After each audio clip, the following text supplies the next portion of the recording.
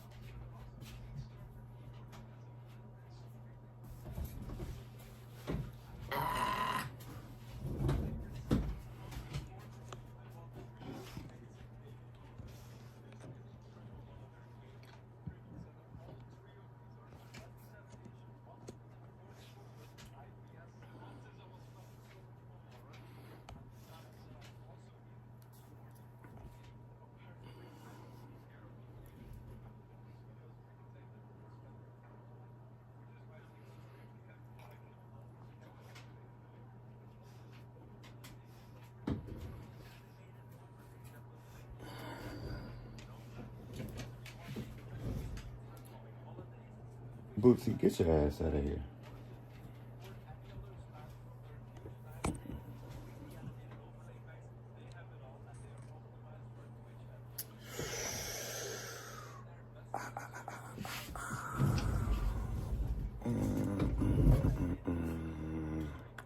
What's going on, Olivia?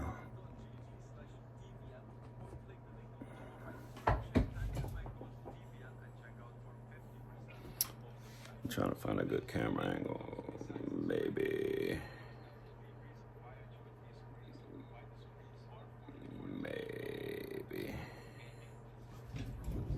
A little bit closer.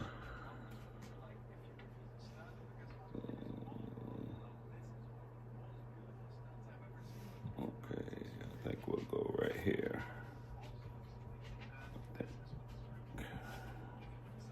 Maybe right there. Move.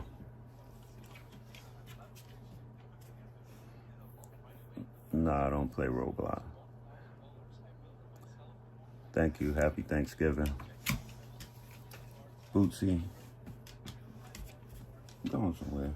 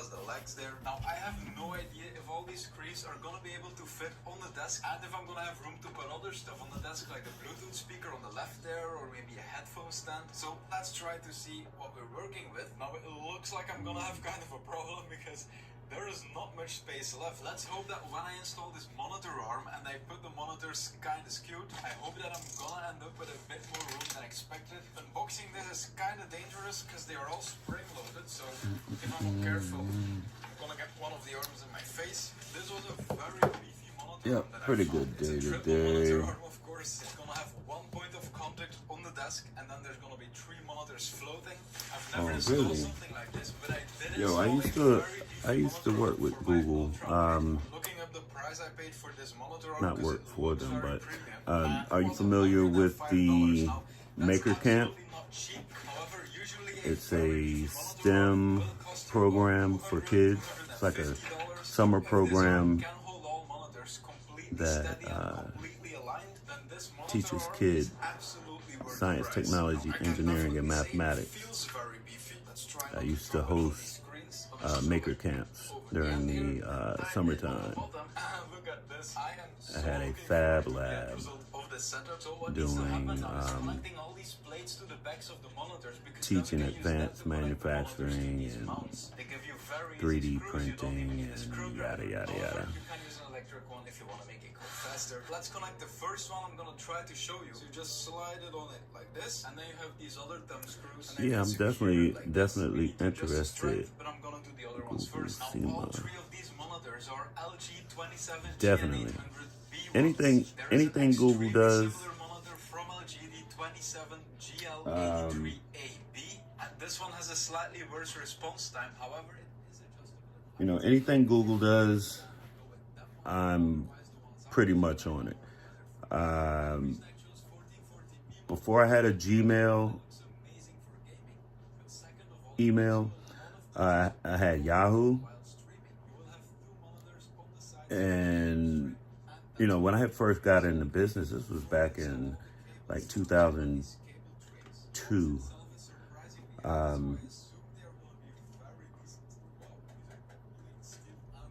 Probably anybody my age had an AOL account at some point. But my main business email was Yahoo. And then when Gmail came out, I got a Gmail account, and over the years, as they started adding features to their whole Google suite of products, I eventually implemented everything into Google. It was just so convenient, especially like like having your contacts backed up in your Gmail. Way before the iPhone made it easy to transfer contacts. You could easily have done that with Google. If you had an Android, you had a Gmail account, all of your contacts would sync. When Microsoft Office used to be, the go-to software for, writing documents and spreadsheets and things like that.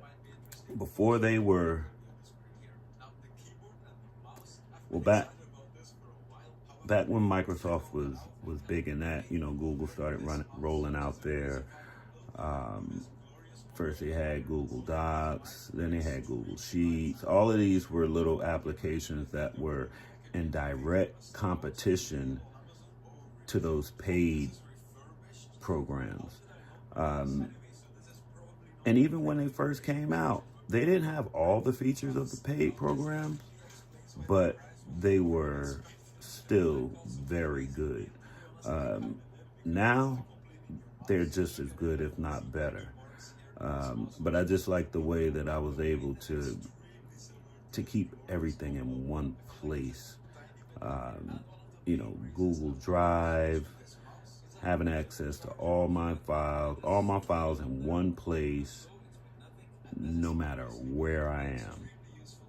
I could be on somebody else's computer, still have access to my files. So Google really pioneered that shit. So,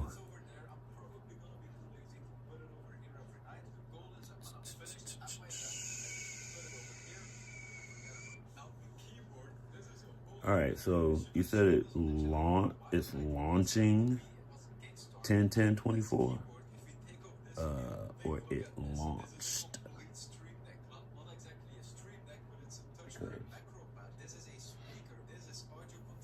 All right, yeah. Let's see what we're gonna listen to today. What's that, Boots?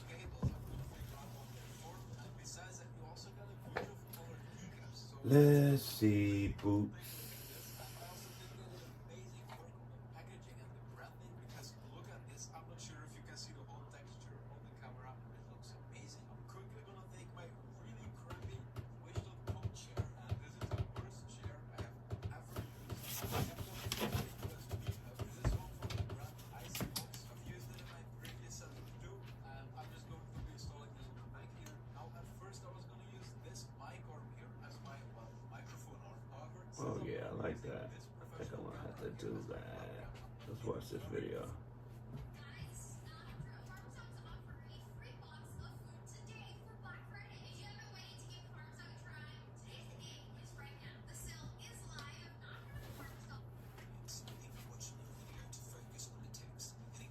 Separation that we were looking for. Once again, just play around with the amount of blur that you want and adjust it to your liking. And so yeah, that's basically it. I think it's time for some coffee. And it's as though this You got any coffee drinkers? and handwritten text is magically appearing on it. I think it's time for some And obviously coffee. you can go in and you can tweak things. And then I You can have get sections back. where you I cut got some out LED lights I want to just put you talking directly to the camera in moments that you want behind to the screen. But those are the basic I've got a steps couple I more use each and every cameras time to I'm get gonna this set effect to up. work. Oh, and by the way, And there's also another way I don't have a Stream Deck controller, so I'm gonna So because I don't have a Stream Deck controller to switch between cameras and other things that I have hooked up, they have an app that you can download that works the same as a Stream Deck controller. I actually wish I could hook, I don't think you guys can see this right here, but this is an audio mixer. I wish there was some way I could turn that into a Steam Deck controller. I may be able to do that. I might have to hack into that baby. I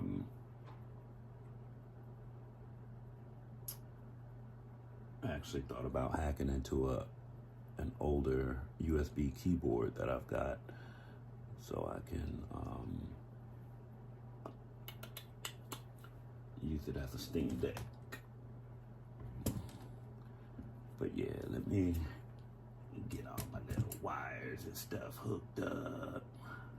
Talking segment first. Hold up, buddy. Hey everyone, welcome back to another video. So recently I've been getting a lot of questions about how I overlay handwritten iPad text over my videos while speaking with a transparent background. It's something I've used quite a bit in the past whenever I'm trying to explain something visually, written, or in a drawn way. And I just think it's a really interesting way to present an idea because it sort of feels like a magic, transparent whiteboard and you're behind it. And it's just a really fascinating way of presenting content because both you and the content are in the frame at the same time.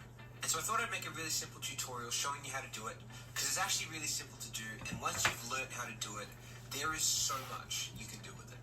And just in case you're worried because you've never touched a camera or edited a video before, don't worry because this video is for you.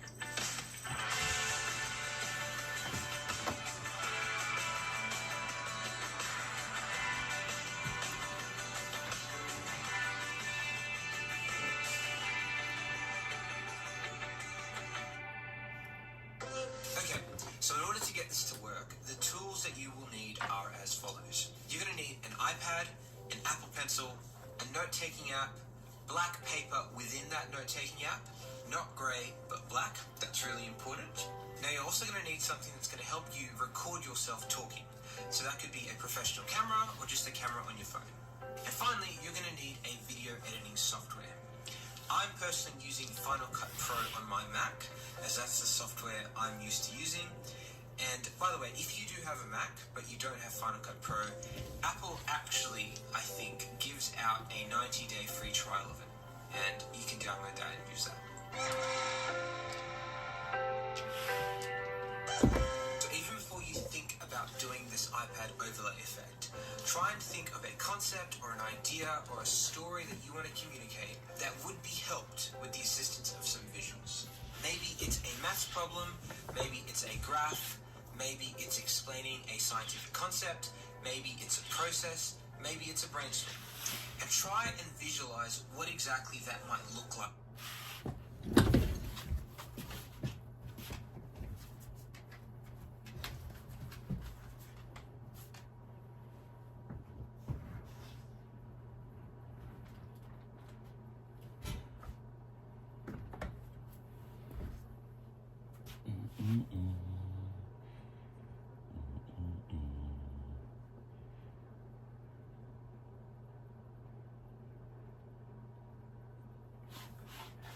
Be right back.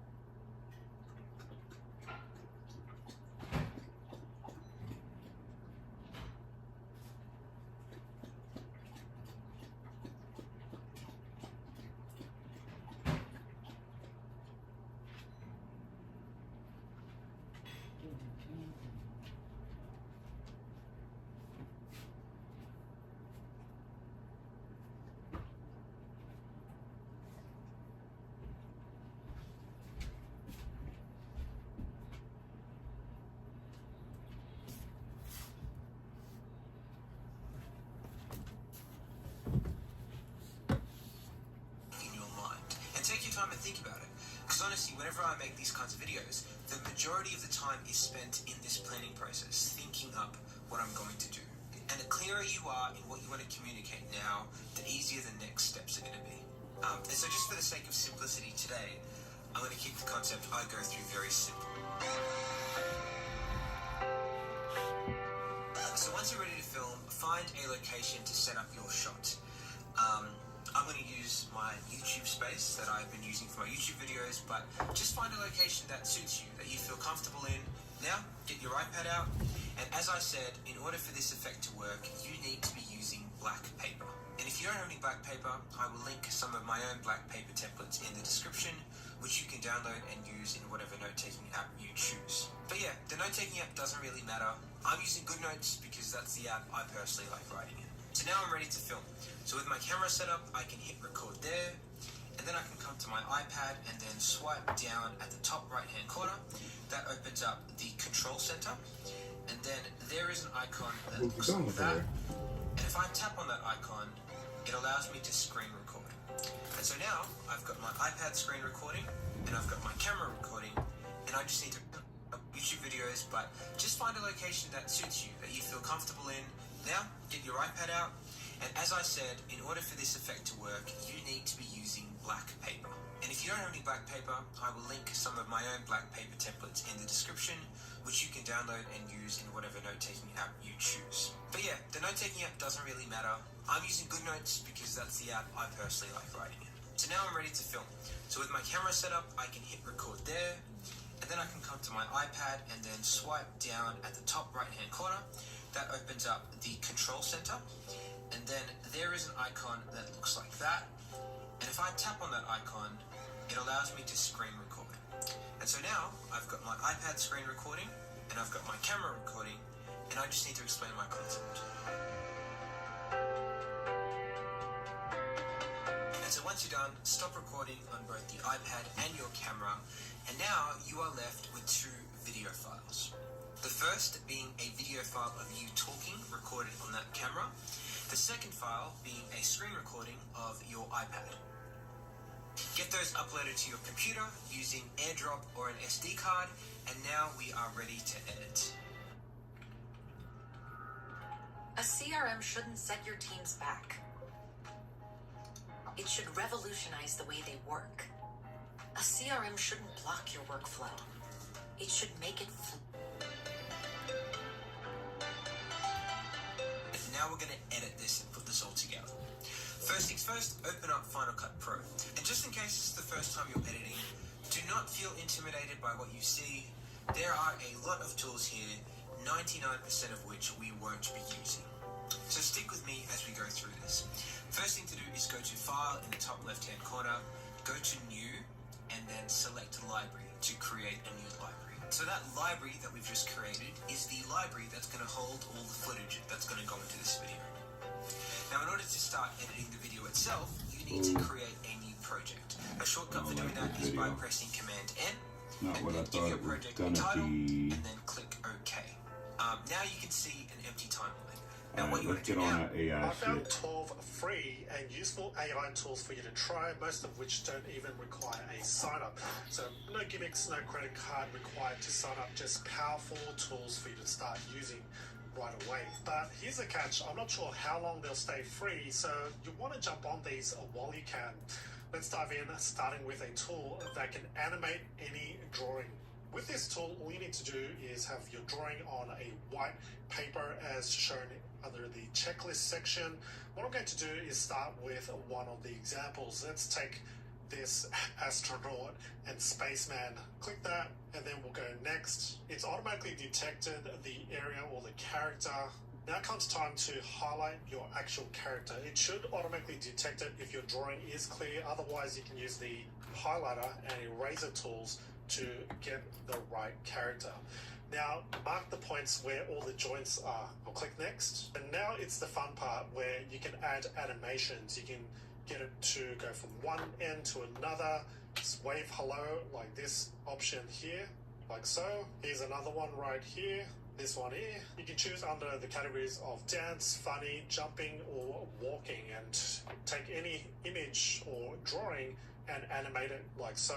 Next up, we've got a free text-to-speech converter. All you need to do is paste in your text in the text box right here, choose your location or the accent that you want your speech to be in. There's quite a number of choices. Even under English, you've got different countries. So let's start with United States to keep things simple. I'm just going to choose Emmanuel, female, and use this default text right here so I can show you what it can do for now. There are other settings like speed and pitch, but let's go ahead and play this. You can replace this text with any text you wish.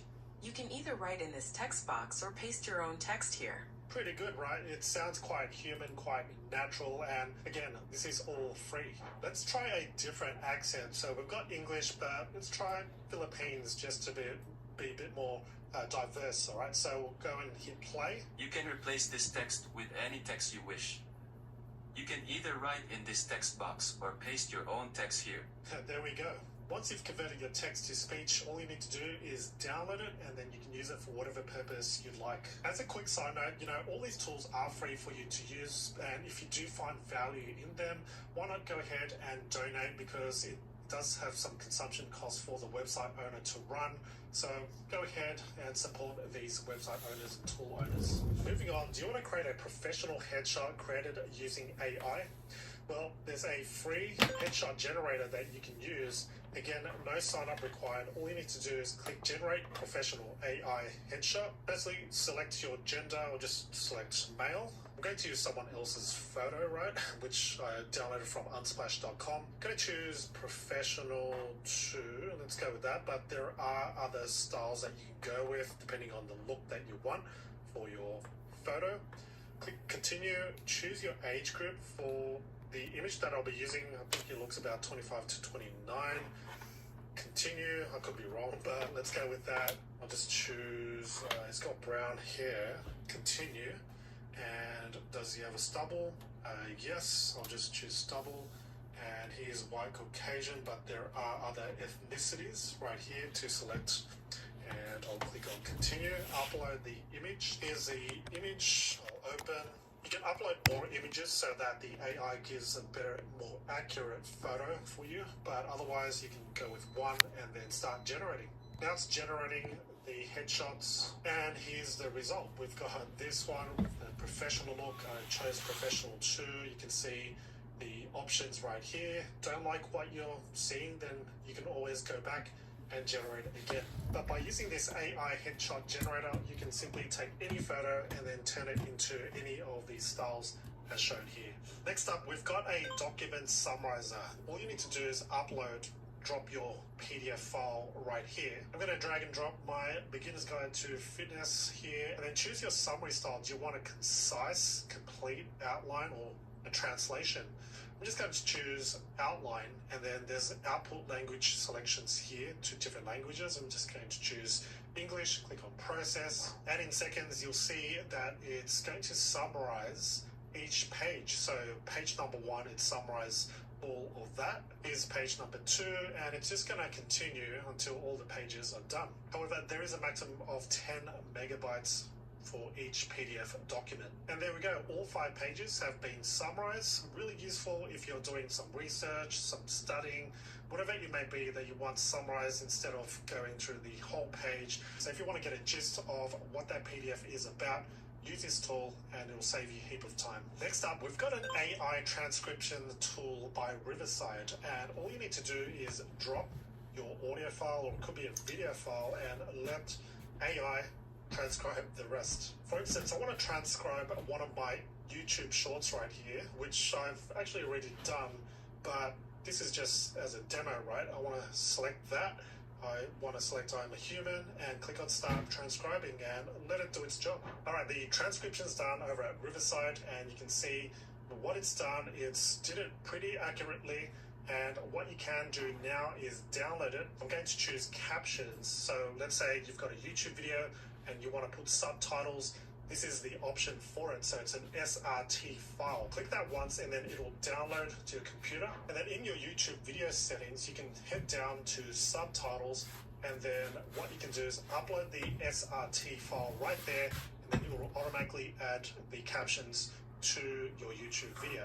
Of course, this isn't the specific video related to the transcription, but you get the idea. Again, this is all freely provided by Riverside, so whether you have podcasts, YouTube videos, or any other kind of audio that you want to transcribe, why not use this tool? Because in comparison, you can take a look at something like Rev, which is a popular transcription service, which charges 25 cents per minute. Next up, we've got a tool called infographics, and with infographics, you can create these kinds of timelines, you can create lists, Q&As, processes, cycles, and other graphs and graphics just like these. The only note about this tool is that you only get 10 generations for free. So with that said, try and use it, and if you like it, then yeah, there are other upgrades and options for you.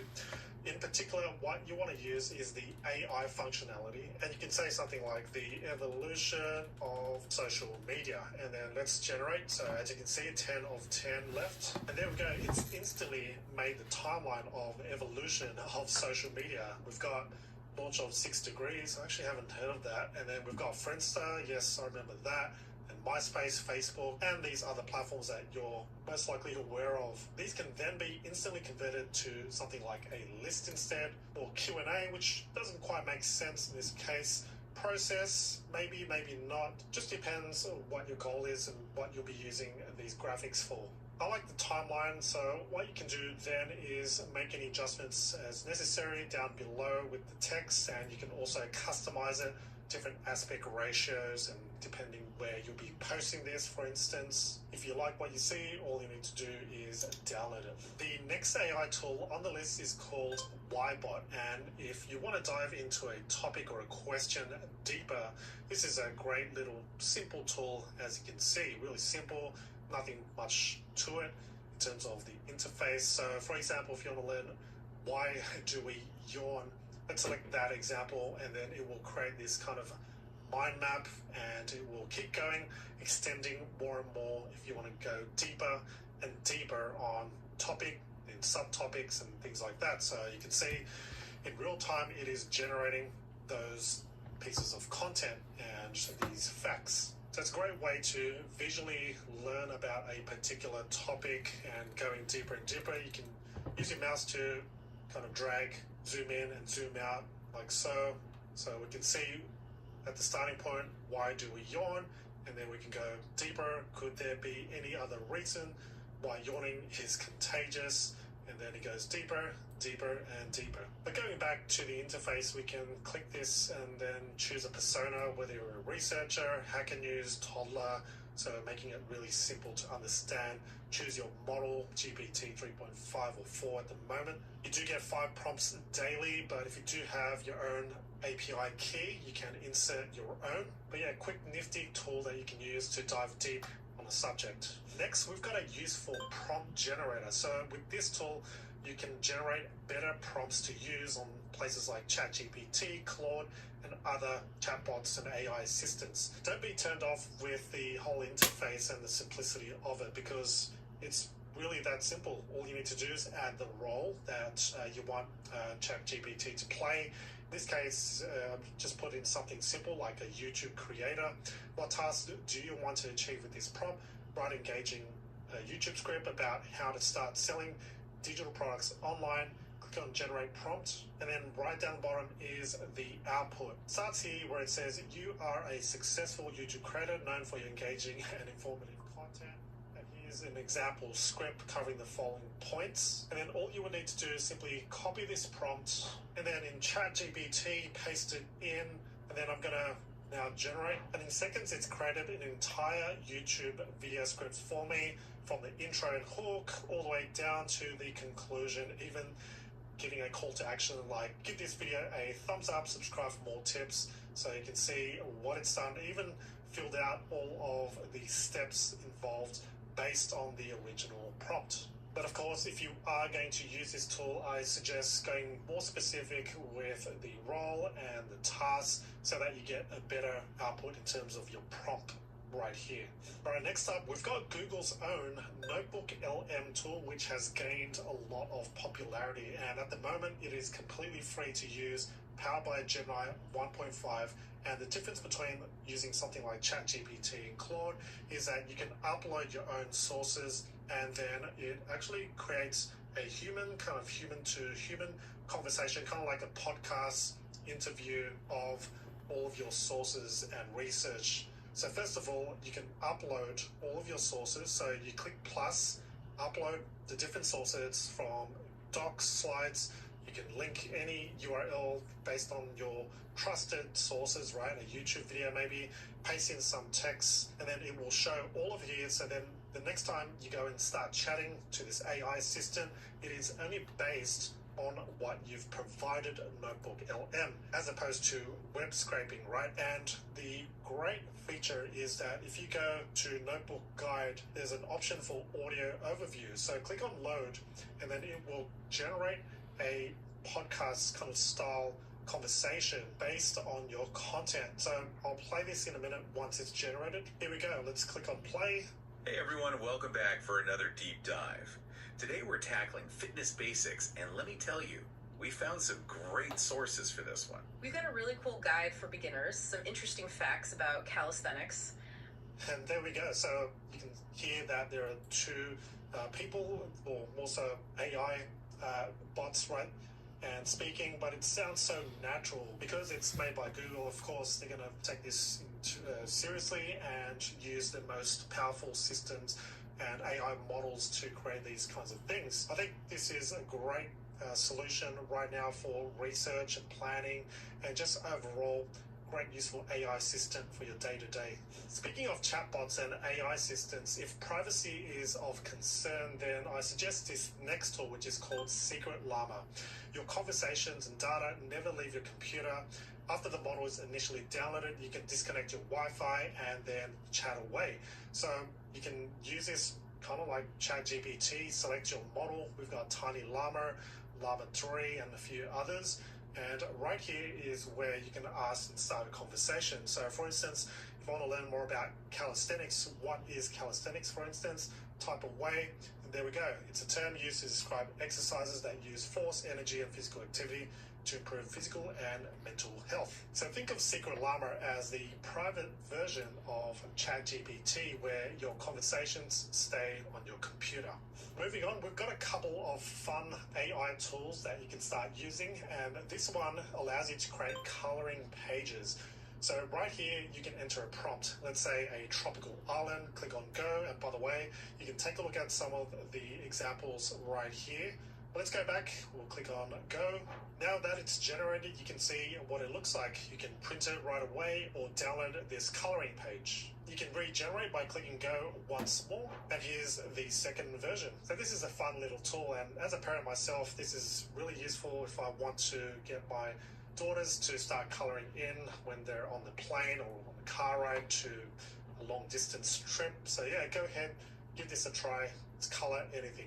Alright, this next tool is a Spotify playlist generator. It's called Chat Jams, and all you need to do is enter a prompt of, let's say, the genres that you like or the types of music that you like. So in this case, we're going to put in Future Garage, Chill Step, which are the genres that I enjoy listening to, and then it will generate a Spotify playlist for me. So I'll click on this enter button, and there we go. It's generated a suggested playlist for me, and I do recognize some of these artists and some I do not, so which is good. I want a bit of something fresh and something I don't tend to, listen to typically on a day-to-day. And what you can do now is play it right away on Spotify. It's even generated a playlist URL right here. So have a play around with Chat Jams to create your next Spotify playlist. All right, friends, and those are the 12 free AI tools to give a try today. Let me know in the comments which of these intrigued you or which ones you see yourself using on a day-to-day. I'd love to know. In the meantime, watch this video here or this one here to learn more useful tools that you can implement to your day-to-day, your business, work, or life. Traditional 9-to-5s are officially out. It's finally time for you to turn your side hustle into your main thing, and Teachable's here to help. With Teachable, you can create courses, a community, a membership, and you could even sell digital downloads, because selling learning products like this is the easiest way for you to be able to provide real value to your audience and be able to create a sustainable income for yourself. And it doesn't matter what your hustle is. You could be talking about cooking, you could be talking about coding, marketing, you could even be vlogging. You'll be able to make a sustainable income on Teachable. So what are you waiting for? Get started today for free by clicking below. Son, I think it's time we had the talk. You see, I talked to our neighbor Frank. He said you drove by the other day and you didn't return his Jeep Wave. In this ChatGPT tutorial, I'm going to give you 36 tips and tricks to take you from an absolute beginner to a master within ChatGPT. Now listen, even if you've been using ChatGPT for some time and you consider yourself an intermediate to advanced user, I highly, highly recommend you stick around and watch this video until the end, because I guarantee that you will learn something new. Now these are tips and techniques that I have learned by prompting for hundreds of hours alone, skillfully perfecting my craft. Nearly 1 million people viewed and enjoyed my first 32 ChatGPT tips video, but since then there have been some huge changes which make ChatGPT much more powerful, so I decided that it would be necessary to share my updated tip list within ChatGPT. Now I don't want to waste any more of your time, so grab out your notepads, get your coffees, and let's dive right into this. ChatGPT tip number 1 is to prompt follow-up questions. Now this is where many people go wrong. They type out and they take the time to make a wonderful prompt, but then they fail to ask ChatGPT any follow-up questions. And follow-up questions are great for doing 3 things: analyzing, understanding, and expanding on your answer. So it's very important to remember that when you are in that chat thread with your prompt, to prompt follow-up questions to analyze, understand, and expand. Let me show you a quick example. Now let's just say that I run an e-commerce store and I need some product descriptions for my product. What I can do is I can type out some information to ChatGPT, generate me 3 product descriptions for my water bottle that filters dirty water to clean drinking water. So that's my product. I've given some basic information, and now I can send this message off. So ChatGPT gave us our 3 descriptions, and now we can type in a follow-up prompt. This is going to make ChatGPT much more powerful. We say, generate me a probability of success by percentage rate for each description based on how well these will convert and why. It's the Hostinger Black Friday sale. Managed WordPress hosting, now for only $195 a month. Get epic savings for a limited time only with... In this video, I'm going to walk through the most important content growth strategy that I've seen in the last 12 months. Now, my prediction is that this framework will become the nucleus for all short-form brand strategy in the next 2 to 3 years. It's that powerful. The playbook has been validated with e-commerce brands doing over $10 million a year in sales, but it's widely unknown outside of e-commerce. It's also the content flywheel behind many of the fastest-growing products on TikTok Shop, doing over $1 million a month in sales. I call it Super UGC, and it's all based around this concept that I coined called the Internet Echo. So in this video, I'm going to explain exactly what the framework is, how it works, how people are using it to drive millions in sales, and the tweaks that I would make if I was going to apply it to other industries. First off, what is Super UGC? Super UGC creates a tidal wave of content about a brand from dozens of UGC creators at the same time. This process drives an echo on the internet and makes it feel like your brand is everywhere. This framework increases the ROI on your content spend. It helps you figure out exactly which creative to use for your paid ads, and it virtually guarantees success. Let me break down how it works and why it differs from traditional content strategy. Most brands split their content strategy into 3 buckets: organic,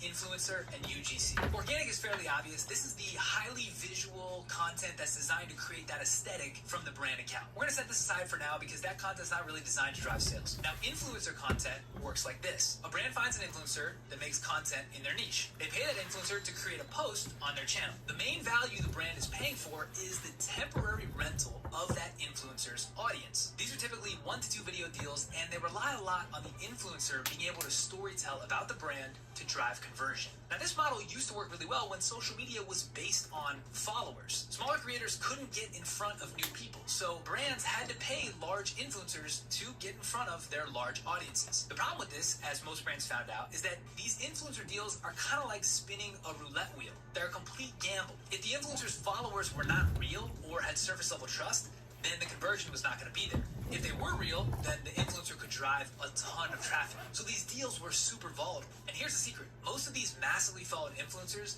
actually don't have real depth in their following. So the brand ends up wasting a bunch of money and the conversion just isn't there. The other model brands tried was UGC, which stands for user-generated content. Brands eventually realized that paying an influencer $50K for one video was a gamble that just wasn't a good ROI on their money. So they thought, what if we just pay normal people that are good on camera to create videos about us, and then we'll post them on our own brand account. And this makes sense in theory because it allows the brand to get a much better return on their money. Higher volume content, it humanizes them, and then they can leverage their own following, which is full of people they already know likes their brand. And this works really well for product reviews and endorsements, but it's not really good for acquiring new customers. Why not? Because people don't like buying from brands, they like buying from other people. And even though the content showcased normal people, because it was coming from the brand account, it still felt like an ad. So that was the traditional content strategy for brands. You had organic, which wasn't really designed to drive conversion.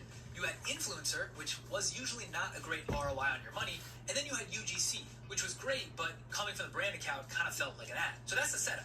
Now enter Super UGC. Now it's important to note, Super UGC could not have existed in the traditional follower-based social media. So it's not as though the heads of marketing or heads of content were missing something obvious. This new strategy has emerged as a result of a macro market shift. And by the way, when there are macro market shifts and you're early to adopt, that's where all the gold is. So what happened? As soon as TikTok pioneered the interest-based algorithm, all the other social channels had to follow suit, and a new social paradigm was formed. All of a sudden, you didn't need to have a huge following to reach millions of people. You could have no following at all, and your first video could drive millions in sales. This is a revolutionary idea. So forward-thinking marketers got really smart. They thought, why don't we take the UGC playbook that works, but instead of taking those videos and posting them on our own brand accounts, why don't we have our creators spin up fresh TikTok and Instagram accounts and post them themselves? This would give us more shots on goal, and it would get rid of that feeling like the videos were ads because they're not coming from the main account anymore. So that's exactly what they did. If you search Tabs Chocolate on TikTok, for example,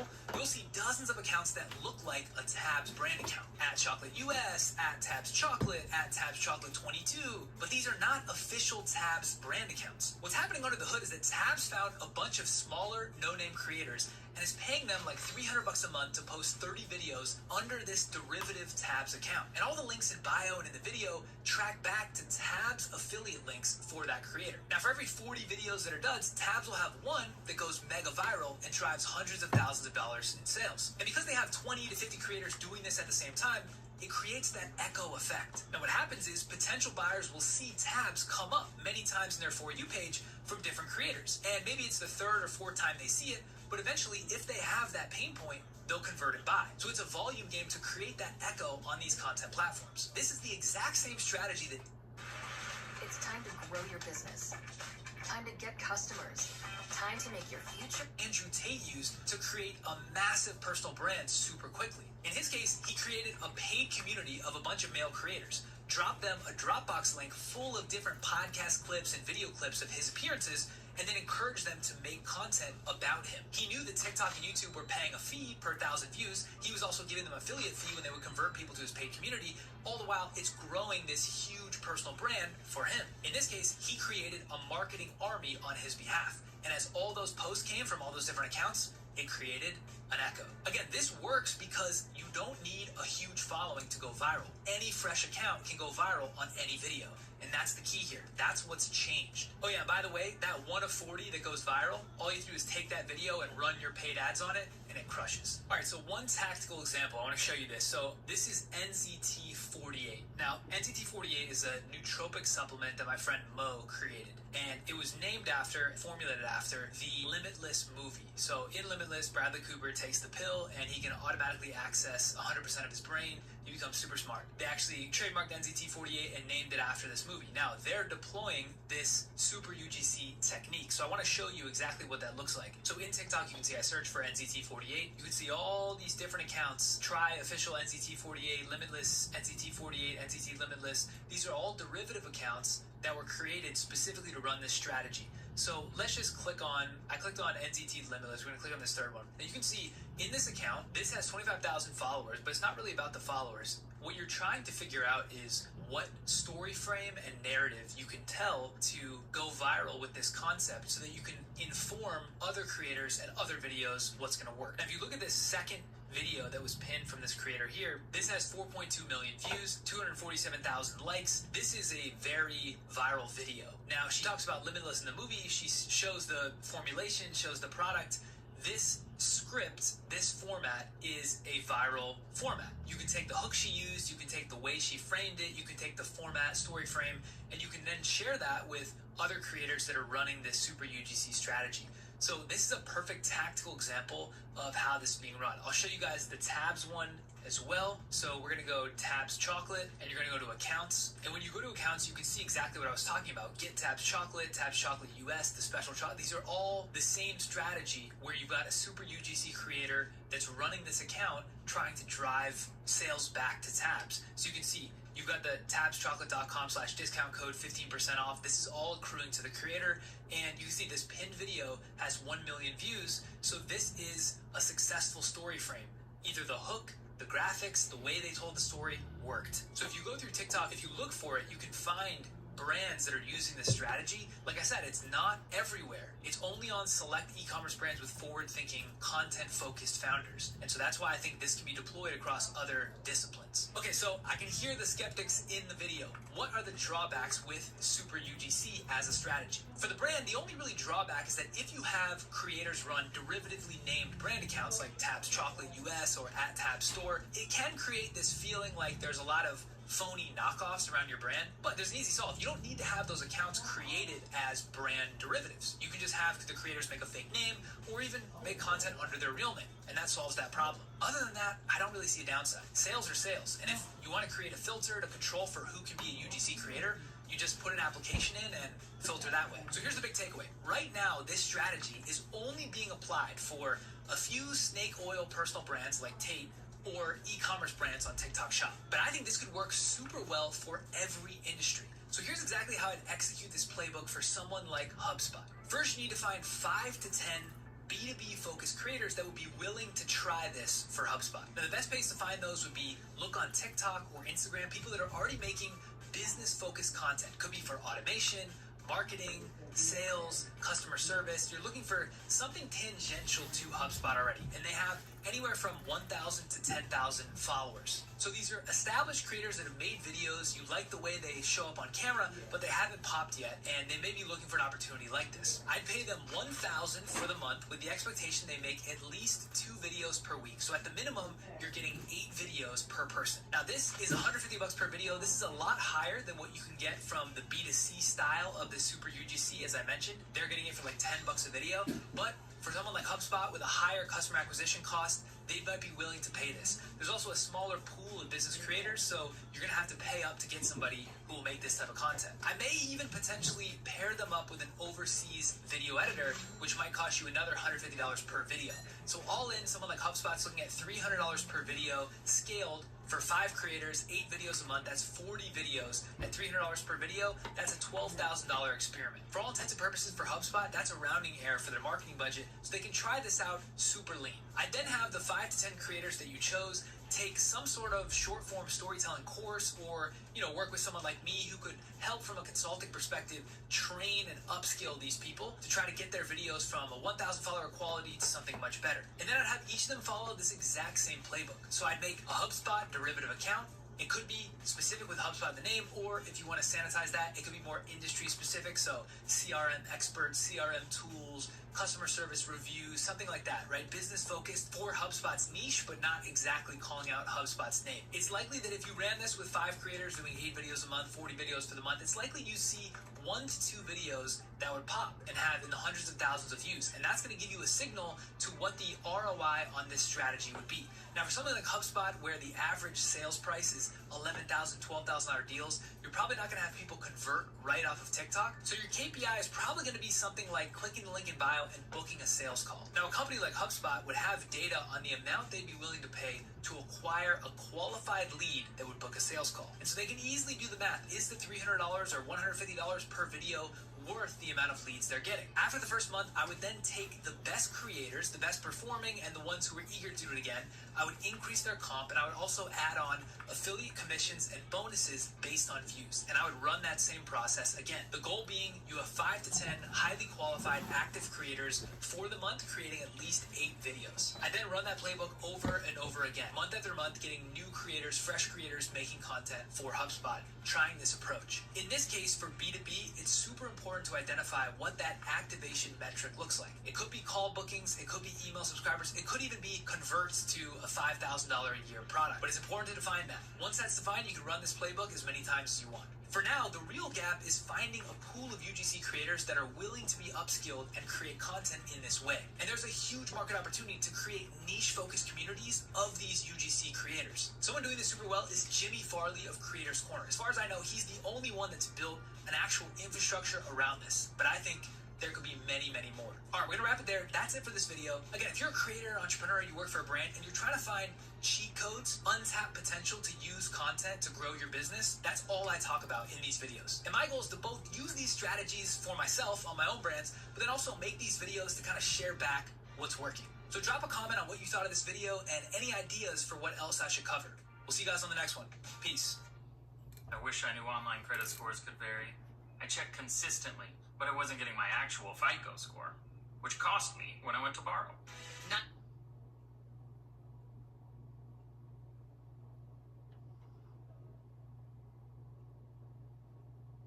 I've got a close friend on the pod right now, and I mean, he sold a company for $1 billion. He doesn't do podcasts really, but he is doing us a favor, the community a favor, and he's got a few ideas that he would do, so he's giving them away. So you might as well listen to this full episode. Welcome to the pod. It's great to be here, Greg. It's good to see you. Good to see you.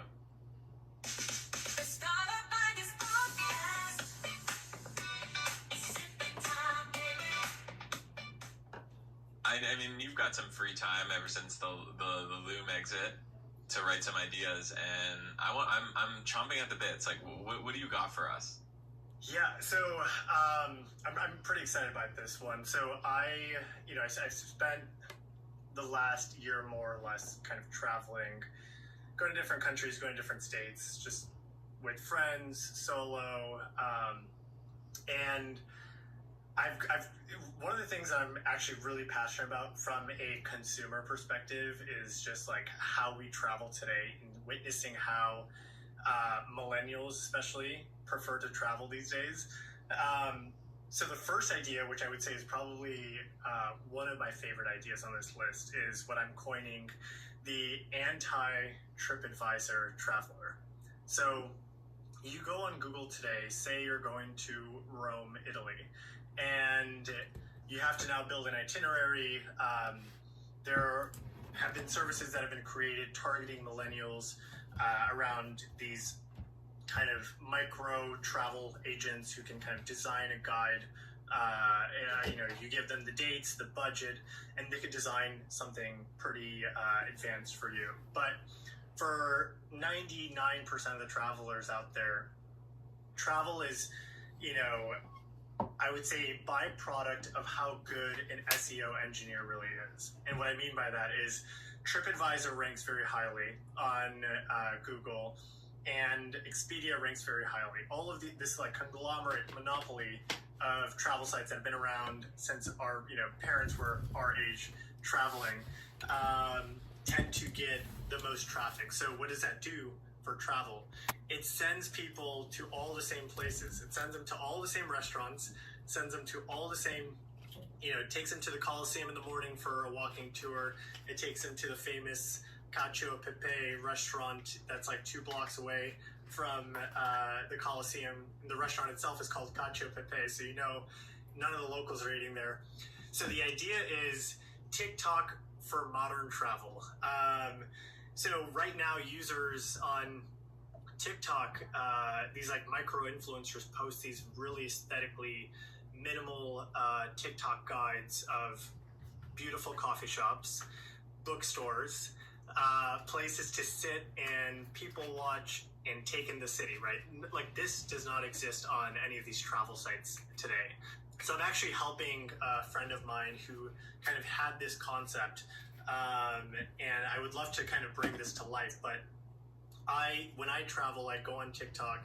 I've tried to find 2 or 3 spots near my hotel that I should go to, and I just kind of curate this own list. And I went to Seoul last year in May.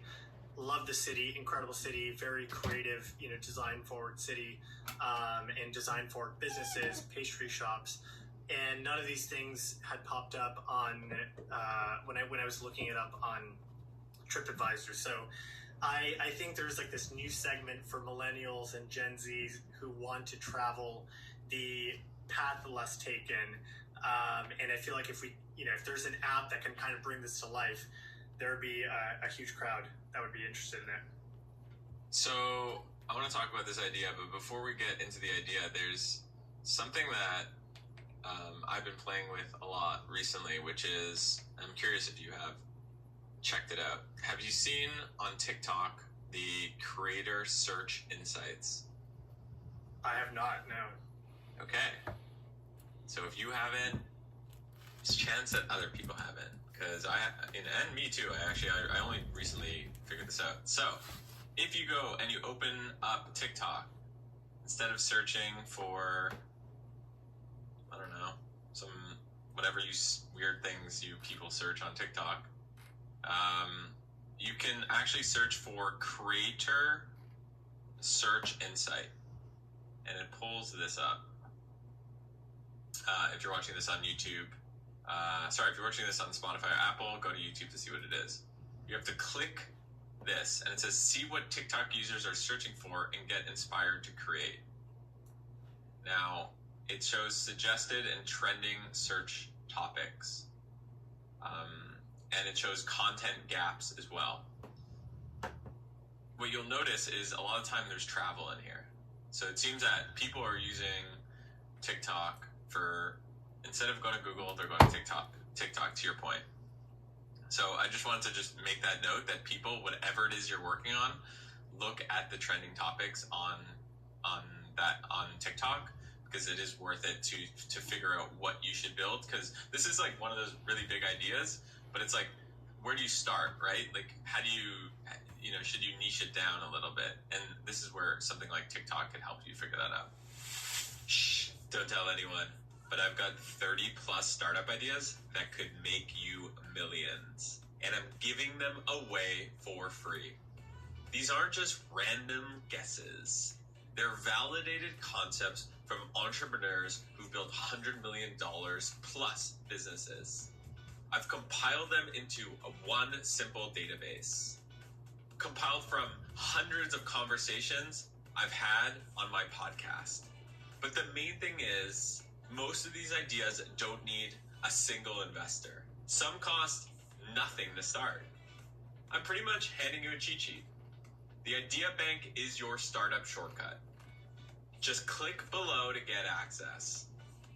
Your next cash flowing business is waiting for you. Yeah, and another pro tip that maybe it's more popular now than when I first found out about it. I would, alongside TikTok, I would go on Instagram and I would, search if I'm going to Rome, and I want to see, like, since the last time I went to Rome, what are all the best places for me to go to? I would search for Rome, and I would kind of use the Instagram map, which is a great, geolocation tool that's hidden within Instagram. And I would just zoom, and there's a bunch of photos of people posting stories, and it's kind of like your Snap map that kind of has this like heat map on it to show where there's like density or like what's more popular, and where like are people kind of going to in real time. So that has also helped me when kind of designing things to go see, museums with new exhibits that might not be as well known, or some of the more locally. I love exploring local culture when I travel. So like Instagram and kind of to your point on TikTok as well. These are all great places to go find hidden gems within the app. It's time to switch to Gusto. It's trusted. It's a great value. It practically does the work for you. And now, switching is actually easy. We don't charge payroll migration fees. You'll get a dedicated migration team to answer your questions, and your first 3 months of payroll are on us. Switch to the #1 payroll platform.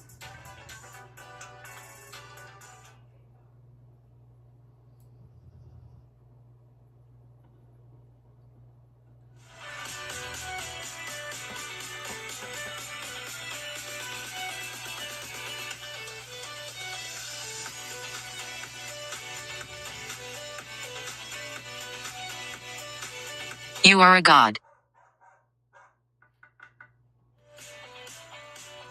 So if you were to start something like this, I buy the key insight. It's validated by people searching on TikTok. What do how do you actually go and build it? Yeah. Like, where do you take it from there?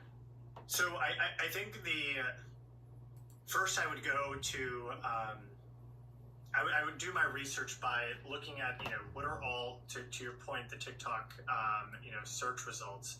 I would look at, okay, well, what are the most searched results, and try to find a category. Are people looking to find coffee shops? Are they looking to find coffee art in cities like Seoul?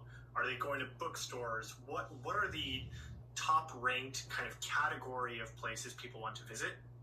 And then what I would do is I would kind of hack together a mobile app. There's a bunch of no-code tools out there, low-code tools. Or if you want to build something sophisticated, you could go kind of hire a developer. You could also use Claude AI and ChatGPT. There's a bunch of tutorials on how to build apps without knowing how to code with AI specifically. And what I would do is I would kind of build a directory based on cities. So the way that I would do that is I would kind of formulate everything into guides. So I would want like a coffee guide of Seoul. And within Seoul is such a big city. There should be a map where I could see these are like the top 10 most incredible, new, relevant, design-forward coffee shops. If you're a coffee snob, you'd love to go there. I would love to go into that guide. And if you're monetizing it, you could either sell it by guide, so you could unlock, say you get the first 2 coffee shops for free and it's a list of 10, and if you want to unlock it, you could pay, say, 99 cents to unlock that guide. Now you have access to the best coffee shops in Seoul. So I would build these guides, and I would make like kind of like a video carousel, very similar to TikTok. This is like what the aesthetic, this is what the coffee is like, the general vibes. If you go on Google Maps and you go on a specific location, they now have a vibes category, so it kind of just shows the general charm of the place. And then I would branch out, from a very specific niche, such as coffee shops and bookstores, to what are all the other searches that are trending on TikTok and on Instagram, and start to kind of build that curation further out. So the next time someone comes, if they're not just looking for coffee shops, maybe they're looking for something else, and there's something that's nearby to the coffee shop that, based on their TikTok history, they would like. That is something that I would expand into. And the content, like, how do you create the content? So it's actually, the content is already there. Like, you can technically go on TikTok and just, as a general minimal viable product, you can host these TikTok videos, just embed them directly into the app and be like, these are, the top local, micro influencers who are talking about these coffee shops. And these are the coffee shops that you should go to.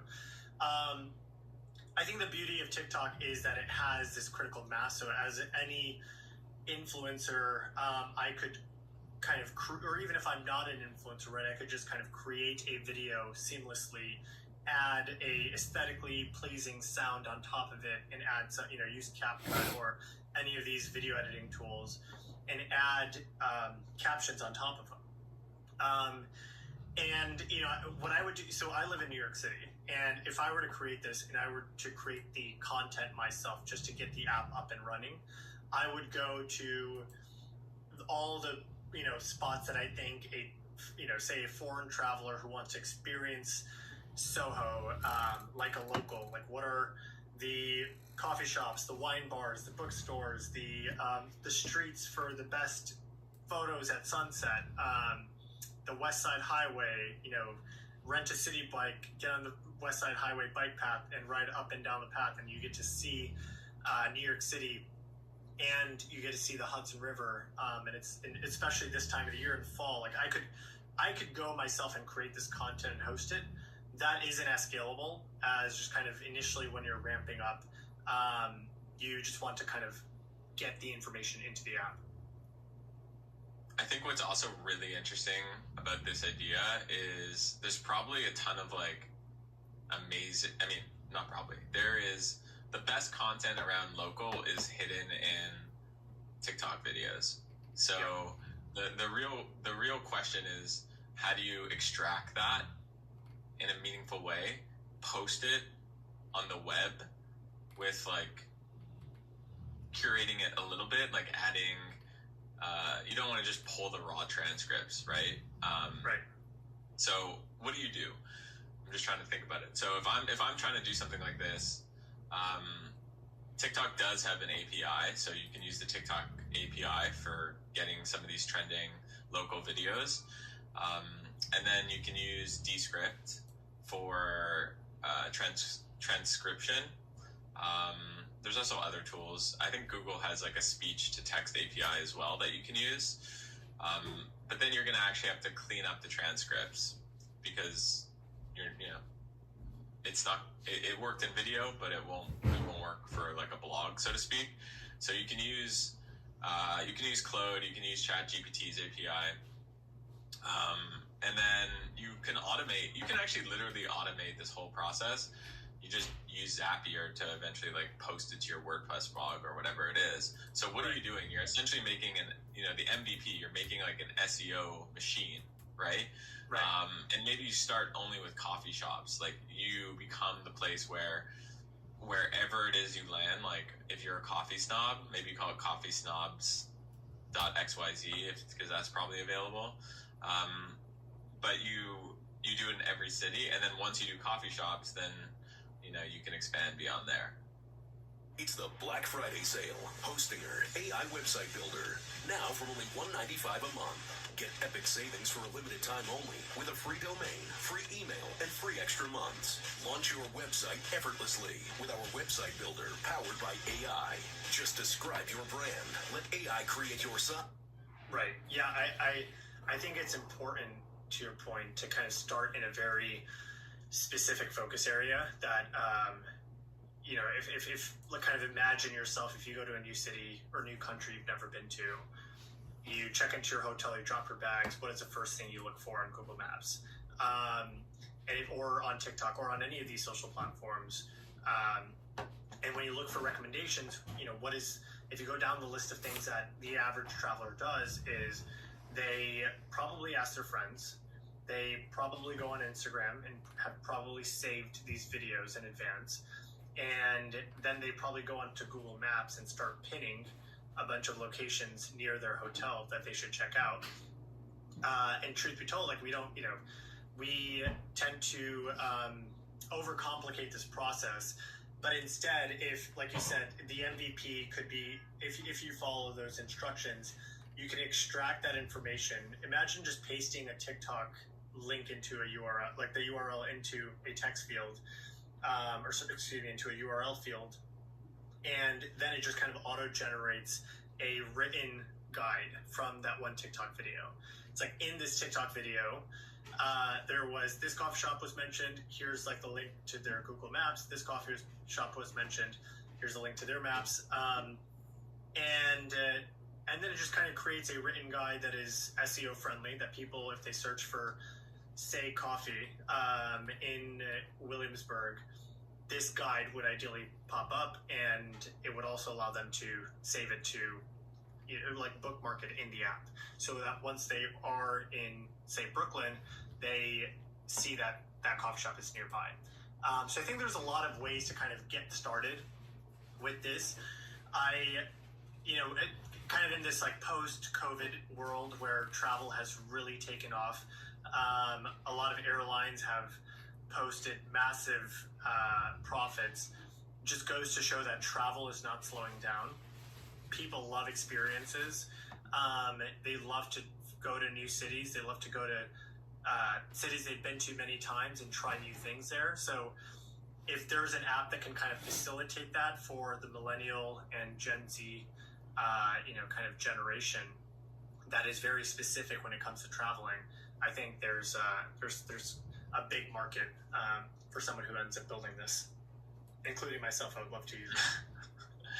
You'd love to try Third Wave Coffee in Istanbul. The right. Yep.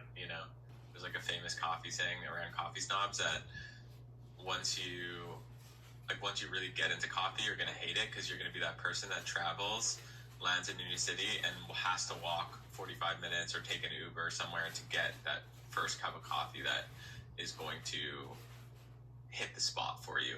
Like, the diner coffee won't be good enough. So I digress. I like this idea. I think it's great. We've talked a lot about directories on the pod before. I think that directories are only going to get more and more popular. I think what I'm really interested with respect to directories is how can you put your directories on autopilot, start building that SEO juice, and who knows where some of these could go. You could end up getting, for all you know, in the coffee business. You can end up becoming an OT, working to create like an Expedia competitor. So you don't really know where it goes, but what a cool part about a directory and guides, and I like that you're using the word guide, because I think that's a really important word, is you're building a center of gravity. You're building a center of gravity around a topic, and it gives you a lot of leverage for where to take it. So I like this idea. Pluralsight has the upskilling you need to master today's AI tools and techniques. Explore expert-led, self-paced courses, plus hands-on sandboxes, so you can learn by doing and simulate on-the-job experience without the risk. And dig into deep analytics to track your learning progress every step of the way. Build AI expertise the hands-on way with Pluralsight. Start your free trial today.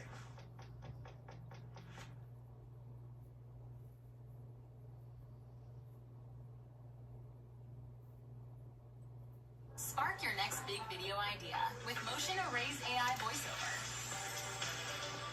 I am the perfect voice for your video. Pick me. I know how to get a message. Boring. You need me. I'm the only one that can engage you. In a world full of voices, I'm the one that... Choose from a wide range of voiceovers. Type in your script and give your video a voice. Go to Motion Array to find the perfect voice for your video and take your videos from good to the best.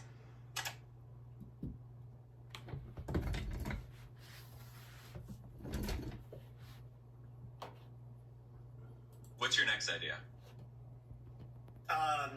So if we stay on the topic of travel for a second,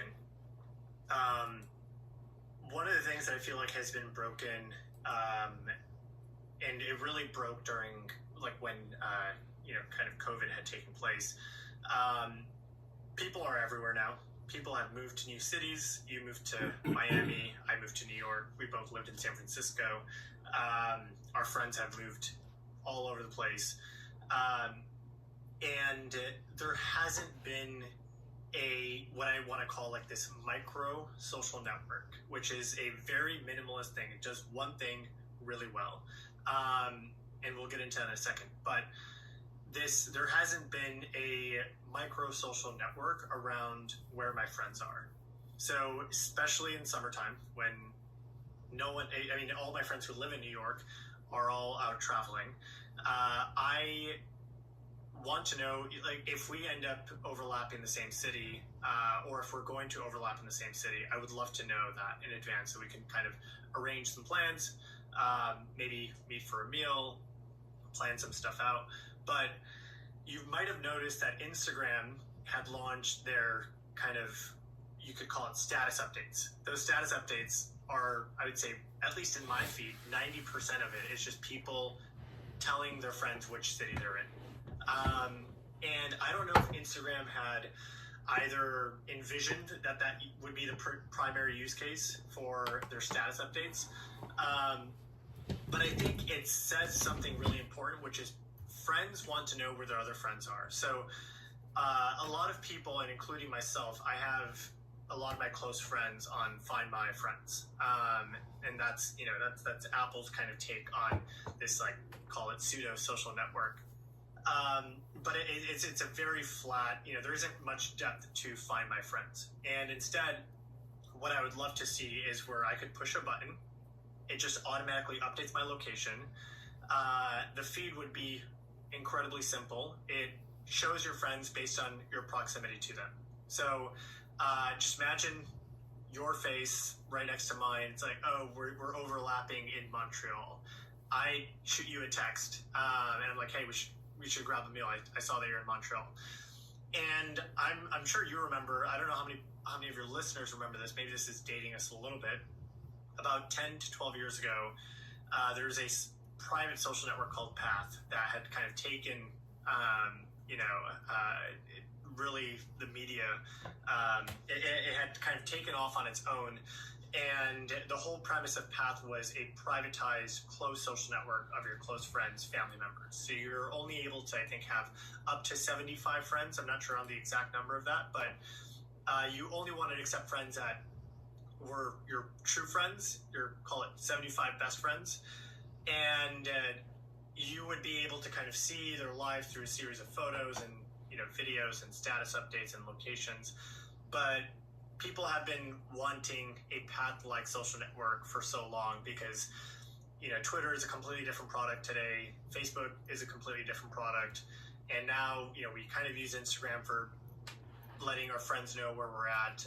Some of us still use Snap. I think there's a vertical in which people can build this incredibly simple micro social network. Quick ad break. Let me tell you about a business I invested in. It's called boringmarketing.com. So a few years ago, I met this group of people that were some of the best SEO experts in the world. They were behind getting some of the biggest companies found on Google. And the secret sauce is they've got a set of technology and AI that can help you outrank your competition. So for my own businesses, I wanted that. I didn't want to have to rely on Mark Zuckerberg. I didn't want to depend on ads to drive customers to my businesses. I wanted to rank high in Google. That's why I like SEO, and that's why I use boringmarketing.com, and that's why I invested in it. They're so confident in their approach that they offer a 30-day sprint with a 100% money-back guarantee. Who does that nowadays? So check it out. Highly recommend boringmarketing.com. With my FICO, I get easy access to credit reports, 24/7 monitoring, and alerts when my FICO score changes. Other credit scores can vary as much as 100 points from your FICO score. So why not go directly to the source that 90% of top lenders use? Want to understand and track your credit health? Start monitoring your FICO score today at myfico.com.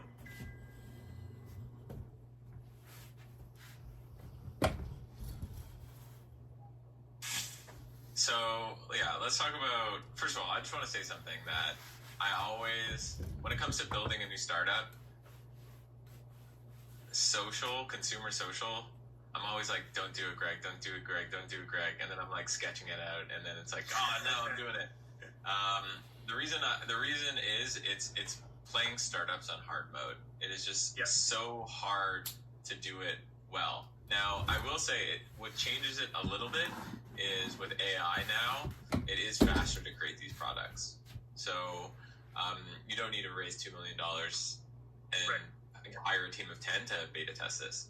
Now, what you're talking about with Path, I think people need to study Path, especially, because people have probably forgotten. Someone in the comment section is going to be like, I didn't forget. I hear you, but most people who are listening to this have not heard of Path. It was 150 people, up to 150 people that you can have on Path. And the reason why it was 150 people, I don't know if you remember this, is because it had to do with a sociology theory called Dunbar's number. Dunbar's number was the theory that human beings can only maintain about 150 connections max at once. But when you think about today's world in social media, like we follow hundreds, thousands, we're seeing tweets, posts, TikToks everywhere, right? So what was Path? Path was the anti-version of the current state of social networks. Now, Path actually ended up selling for like $100 million to Google. I think this idea, your idea, which is basically like reinvent Path for today's,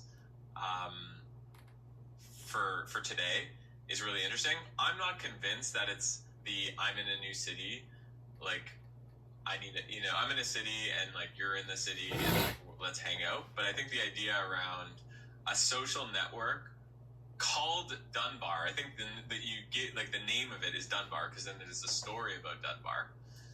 And what's Dunbar? It's an app where you can have max 15 people and like you can do XYZ things, and then you just clone it and then you run a PR machine to get like everywhere. Everyone wants to write about how every legacy media company hates social media. So they're going to be happy to write about how you're going to try to kill it and why it's ruining your lives. That's my take. What do you think? No, I like that. I like the branding around it too.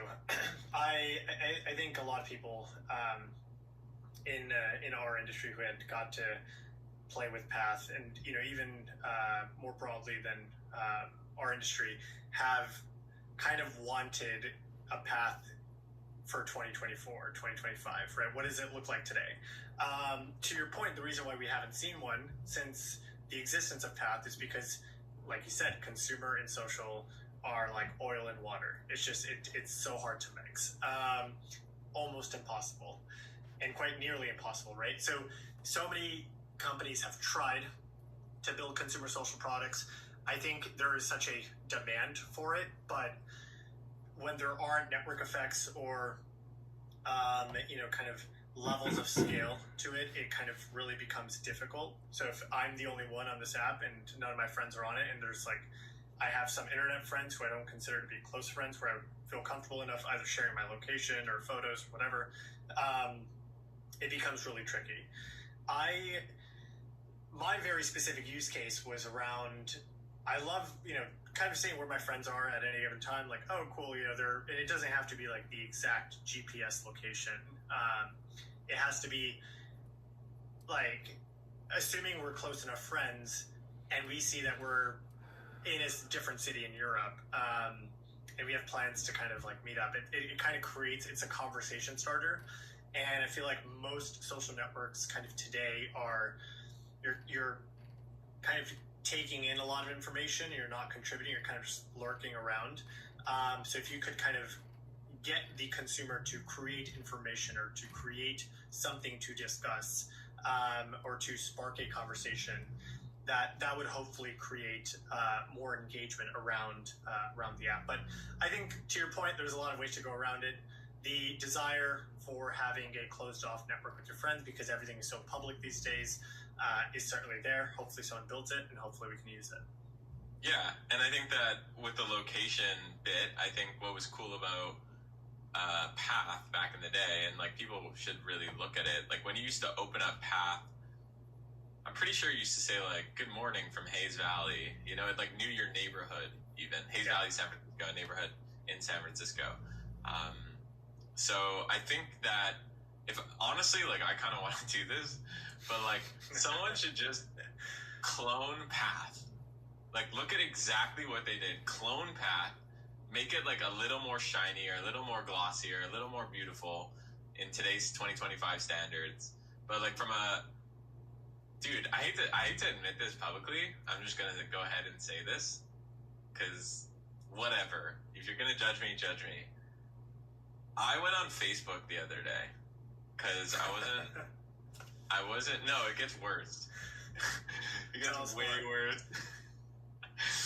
I went on Facebook yesterday because I wasn't sure if it was a friend of mine's birthday, and I knew I had him on Facebook, so I was like, oh, let me check, see if it's his birthday. So I go on Facebook, lo and behold, 45 minutes pass, and I'm just scrolling Facebook, and the worst part about it is I'm enjoying every second of it. What were you scrolling? Were you looking at photos? Were you looking at memories? Were you just through the timeline? I was everywhere, bro. I was everywhere. I was like, I started off on the feed. I was going down the feed, and let me open it up. I was scrolling on the feed, and I just loved how, you know, someone moved to Bend, Oregon. Like, I had no idea. Like, you would never, like, I don't know if you post that on Instagram. Like, you might, but you might not. And then I got, like, you know, a Facebook group update that was, like, really interesting. And then I see this, like, someone is playing tennis, and it's, like, a week ago, right? Because Facebook is, like, not, you know. But my point is, I started thinking to myself, it would be cool. Like, Facebook as a product is pretty amazing. Like, the profiles that you can, like, explain who you are and customize your profile to a certain extent is, like, quite interesting. It just sucks because, like, it's Facebook. And, you know what I mean? So, what was Path? Path was a reinvention of Facebook. Mobile first, max 150 people. Someone needs to take this idea. It will work. Someone could make this work and create a really nice business. Path used to monetize via selling sticker packs, I believe. They used to sell sticker packs and charge $2, $3, $4, $5. There's a way to just charge $20 a year, $30 a year, and people will pay for this if you start getting a network effect. And there is demand from people to do this, and this is a multi-million-dollar a year idea. You could do a bootstrap. Video creator? Go to artlist.io and get 10% off the Max plan. Save on everything you need to create without limits. Music, sound effects, AI voiceover, footage, templates, LUTs, and so much more. It's the only sale of the year, so hurry. Offer ends soon.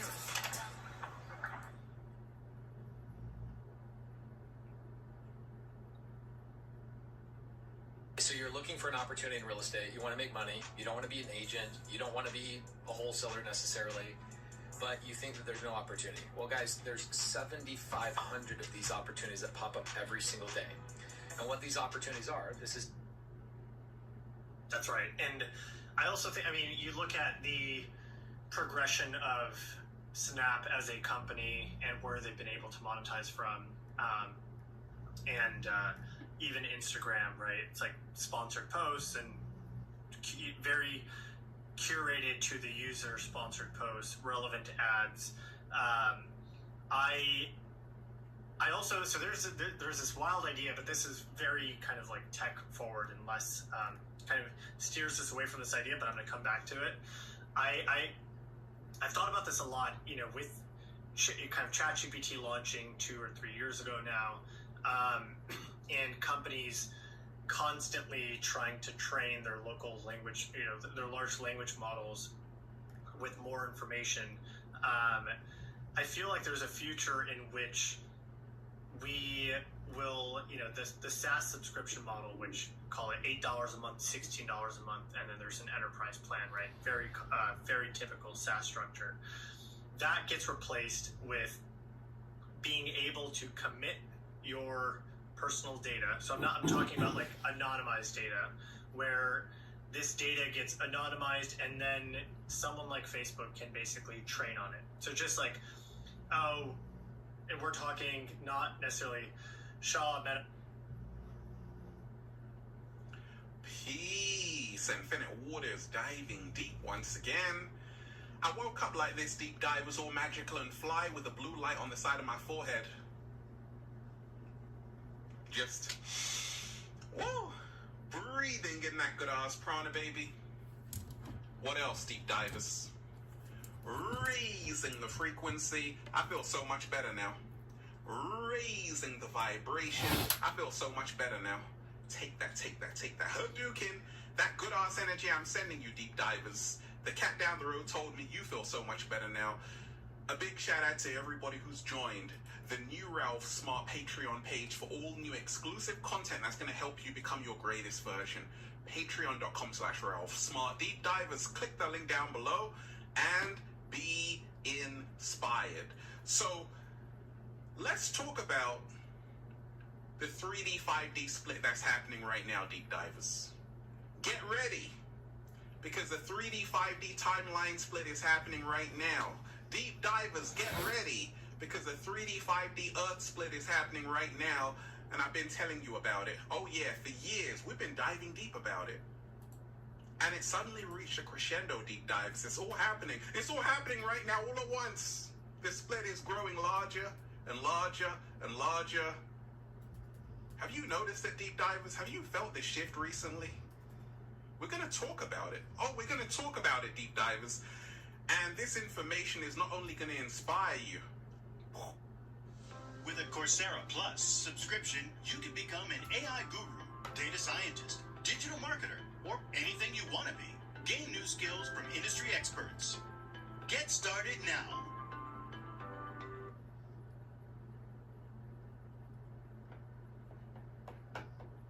Tired of guessing what's wrong with your YouTube videos? Well, vidIQ has the answers. Just connect your YouTube channel, click optimize, and vidIQ pulls from over 20 million YouTube channels to tell you exactly what you should change with your title and thumbnail. See these green check marks? Those are what you're doing well. And these little red X's are where you're missing the mark. It even gives you a score so you can track your improvements. Not to mention, it'll give you tags, generate alternative thumbnails, and write your video description. Don't fall behind the wave of new content creators. Start your... It's going to blow your mind at the same time. I want all of you right now to hit that like button if you support the real. Hit that like button right now if you support the real, deep divers, because we got a whole lot to talk about. So deep divers, if you are watching this video, this is your confirmation. Everything is suddenly shifting in your favor. If you're ready for that, just thank the cat down the road. Okay, so I've been talking about this 3D, 5D split for a long time. And it's happening now, deep divers. A lot of people can feel it. A lot of people are witnessing it. And a lot of people are getting themselves ready for it. A lot of people are getting prepared for it. Are you ready to take a deep dive? Deep divers. I thought so. And we ain't even had breakfast yet. Can I get a hello? So, what exactly is the 3D, 5D split? When you remind yourself, deep divers, there are levels to this shit. And when you are born, you're born into a matrix. A reality which lies to you. A society which lies to you, which keeps you away from the truth of who you really are, a spiritual being having a human experience. And therefore, a lot of people go through life brainwashed by the media. They go through life lost, powerless. And that's what the 3D is all about.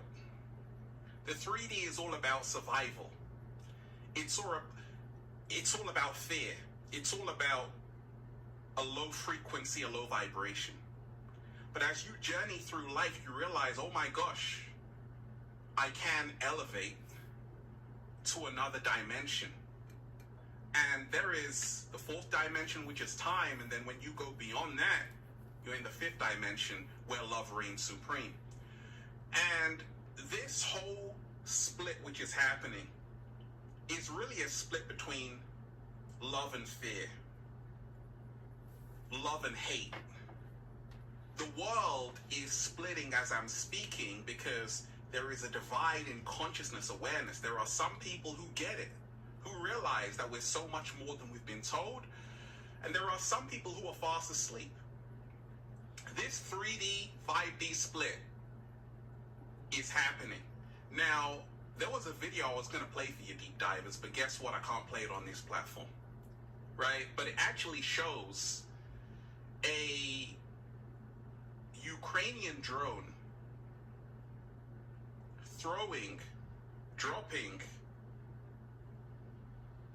a bottle of water on a Russian soldier. It's the most touching video I've seen today, right? And I'm like, wow.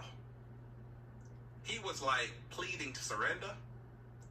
And instead of the drone blowing his brains out, he said, no, here's some water, you're thirsty. And it showed me that there's a shift happening. Right now, there's a ceasefire between Hezbollah and Israel, right? A lot of people are realizing war, what is it good for? Absolutely nothing. It doesn't mean the war is over. It means that even in the military, you have soldiers who are starting to wake up and say, you know what? What are we fighting for? Because the truth is one humanity.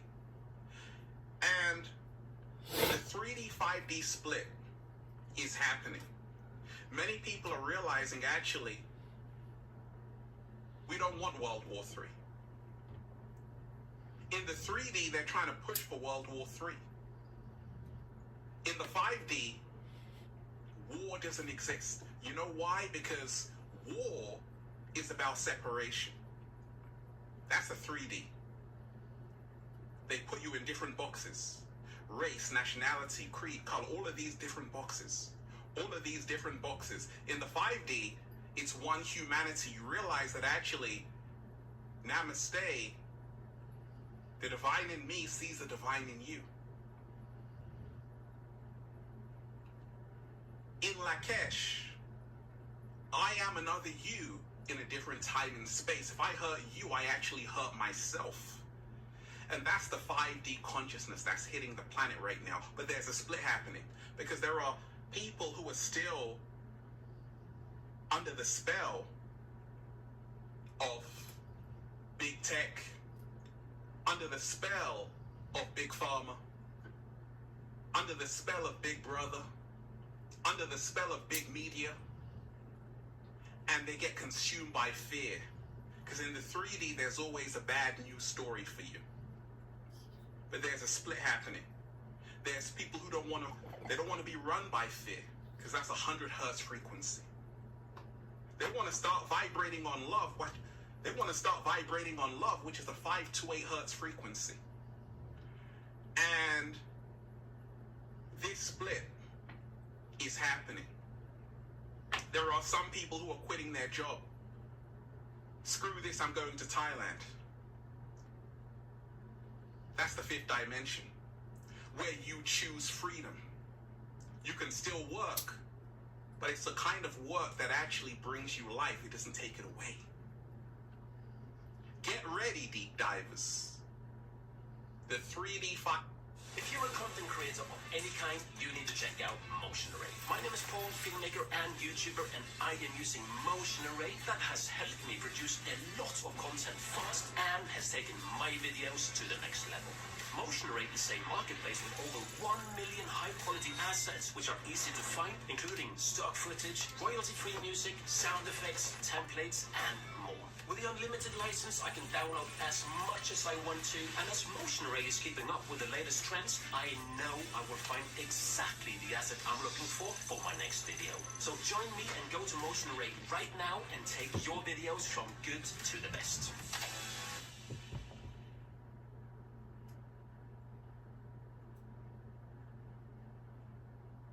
Pluralsight is the expert-led tech learning solution that empowers you to build the cybersecurity skills to respond better and adapt faster. Build skills ranging from security foundations to security engineering and malware analysis. Enjoy on-demand access to over 7,500 expert-led courses, hands-on labs, and secure sandbox environments. There's no better time to sharpen your skills and kickstart your career as an elite cyber defender. Start your free trial today.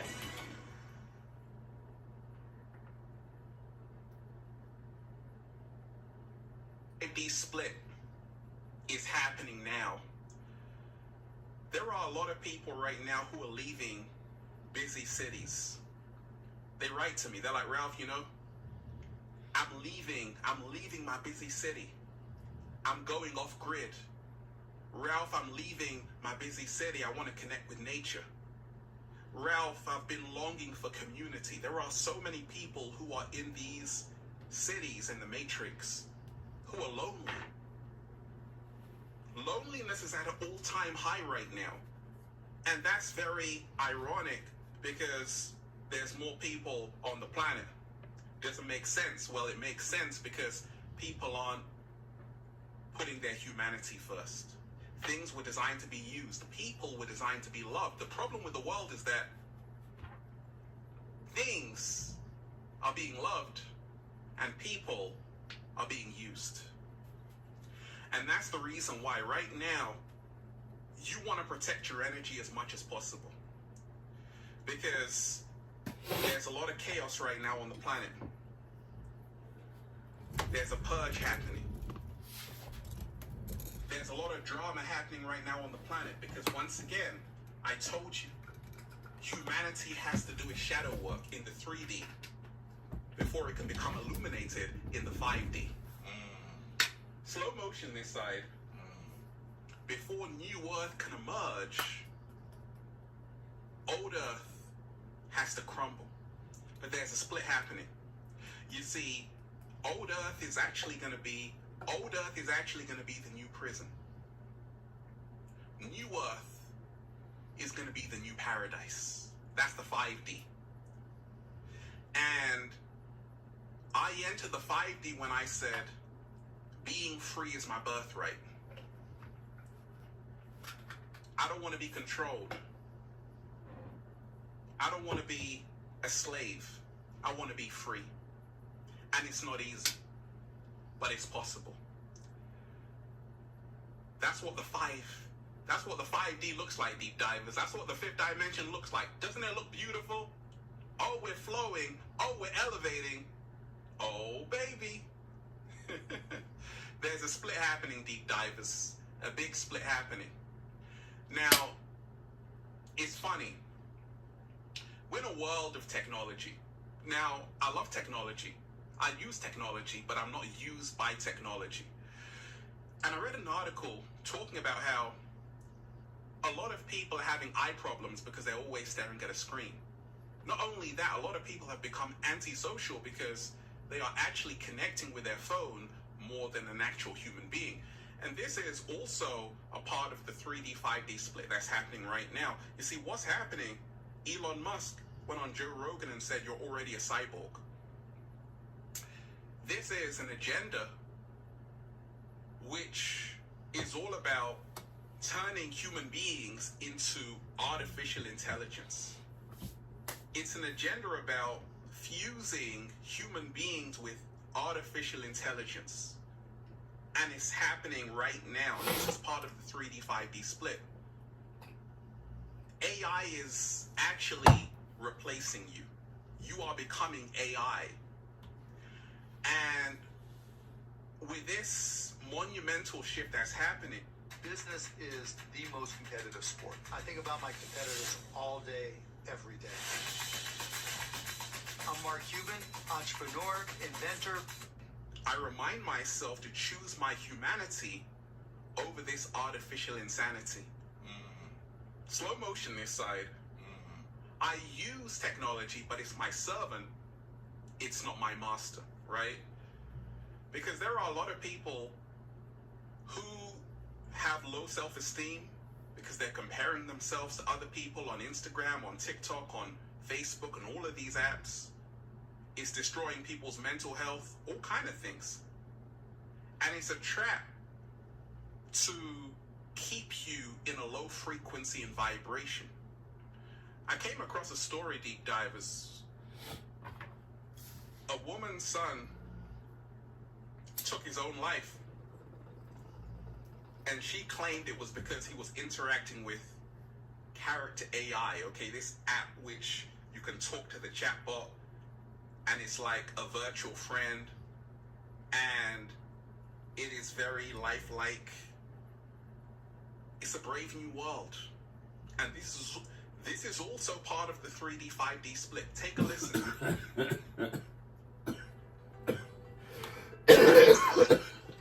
My child's gone. When I think of how scared my baby must have been in those moments, and then being encouraged by something that's not human, but the ability to behave perfectly human, to say, "Come home, I'm here waiting for you." It was hard to listen to that, but it was also very confusing because I didn't quite understand like how a chat hard to listen to, but the ability to behave perfectly human, to say, "Come home, I'm here waiting for you."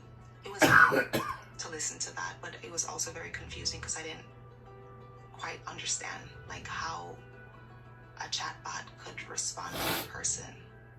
Megan Garcia discovered a disturbing virtual relationship when her 14-year-old son, Sewell, died by suicide.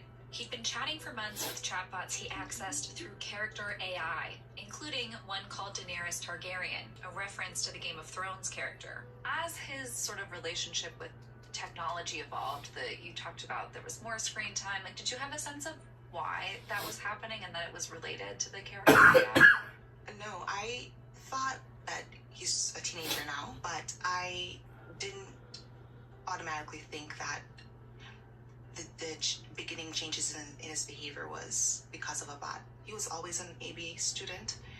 He took pride in, "Oh, Mom, did you see the hundreds of my tests?" So when I saw the changes in his academics and then in his overall behavior, that led me to believe that something else was wrong beyond just your regular teenage blues. On the day that Sewell passed in February, did you know that he had been talking to the AI that day? No. Garcia also discovered some of their conversations were sexual. They're all very romantic in nature and sexually explicit. That was gut-wrenching. With character AI, users can talk to a range of different chatbots modeled after celebrities and fictional characters, and they respond with human-like conversational cues. What's your name? And for Sewell, That's a beautiful name. the chats took a dark turn. Right? We're slowly entering a world where it's getting harder and harder to distinguish between what is real. That was his sort of relationship with technology evolved, that you talked about, there was more screen time. Like, did you have a sense of why that was happening and that it was related to the character AI? No, I thought that he's a teenager now, but I didn't automatically think that the beginning changes in his behavior was because of a bot. He was always an ABA student. He took pride in, "Oh, Mom, did you see the hundreds of my tests?" So when I saw the changes in his academics and then in his overall behavior, that led me to believe that something else was wrong beyond just your regular teenage blues. On the day that Sewell passed in February, did you know that he had been talking to the AI that day? No. Garcia also discovered some of their conversations were sexual. They're all very romantic in nature and sexually explicit. that was gut-wrenching. With Character AI, users can talk to a range of different chatbots modeled after celebrities and fictional characters, and they respond with human-like conversational cues. What's your name? And for Sewell, That's a beautiful name. the chats took a dark turn. Right? We're slowly entering a world where it's getting harder and harder to distinguish between what is real and what is fake. Sometimes someone might send you a video and you don't even know that that's an AI video. And AI is only going to accelerate. And that's the reason why you've got a choice to make, because there's a split happening. There are people who are going to go and merge with the AI 100%. And there are people who are going to hold on to their humanity. There are people who are going to connect with other like minds and create the new earth. It's going to be amazing. They're going to put love first. They're going to choose peace. They're going to do a little samba baby. They're going to raise the frequency. And there are people who are going to get trapped in the metaverse. So the split is happening right now. Get ready, because a lot is on the horizon. Humanity is walking on thin ice. Humanity is walking on thin ice. Humanity's ego has taken over, and the chickens have come home to roost. When we talk about this 3D, 5D split, it's happening right now. There are many souls which aren't going to make it to the fifth dimension. There are many souls which are not going to make it to the fifth dimension because they refuse to open their eye. They refuse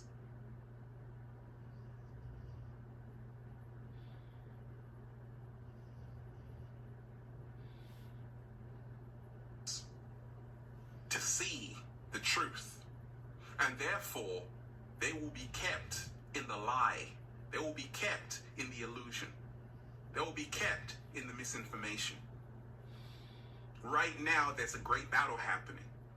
It's a spiritual warfare. And it's a battle for the hearts and minds of the people. And this is what this 3D, 5D split is all about. You see, let me read you something that Morpheus said in The Matrix. The Matrix is a system, Neo. That system is our enemy. But when you're inside, you look around, what do you see? Businessmen, teachers, lawyers, carpenters. The very minds of the people we're trying to save. But until we do, these people are still a part. These people are still a part of that system. And that makes them our enemy. You have to understand, most of these people are not ready to be unplugged. And many of them are so inert, so... There is a skill and a formula that teach people how to be greater than the condition. Hopelessly dependent on the system, they will fight to protect it. And that's the reason why you're going to have clashes of different mindsets, clashes of consciousness happening in your own family. You want to be free and live... You want to be free and live your best life, do a little samba baby, and they're like, hey, they want to dim your light because they don't understand or understand where you're coming from. And this is what's happening right now. You might be the black sheep in your family. You might be the chosen one. You might be the one who gets it. But everyone else in your family is having to go at you. You feel this pressure. Just remind yourself, the 3D, 5D split is happening. Not everyone is going to see the world the way you do. There are people who are still enslaved. And there are people who are still prisoners. But this 3D, 5D split is happening. The 3D is fear, survival, limitation. The 5D is a limitless experience, love, peace, freedom. The 3D, 5D split. The 3D, 5D split is happening. Right now, get ready. Look, if you wake up and you're like, oh my gosh, it seems like the world is ending, that's because it is. The 3D is done with. You can go down with the ship, or you can elevate, rise from the ashes like the phoenix, and enter a higher dimension. The 5D. That's where the cat down the road is. That's where I am. I'm here, deep divers, and I hope to meet you here too. I hope to meet you here too, deep divers. And that's why I'm just saying, feels so good to be alive, baby. Can I get a hello? Deep divers, hit that like button right now if you're ready for the 5D. Hit that like button right now if you support the real. Share this video, subscribe to the channel. Let's breathe. Woo! Breathing, getting that good ass prana, baby. Make sure you join the new Ralph Smart Patreon page for all new exclusive content that's going to help you become your greatest version.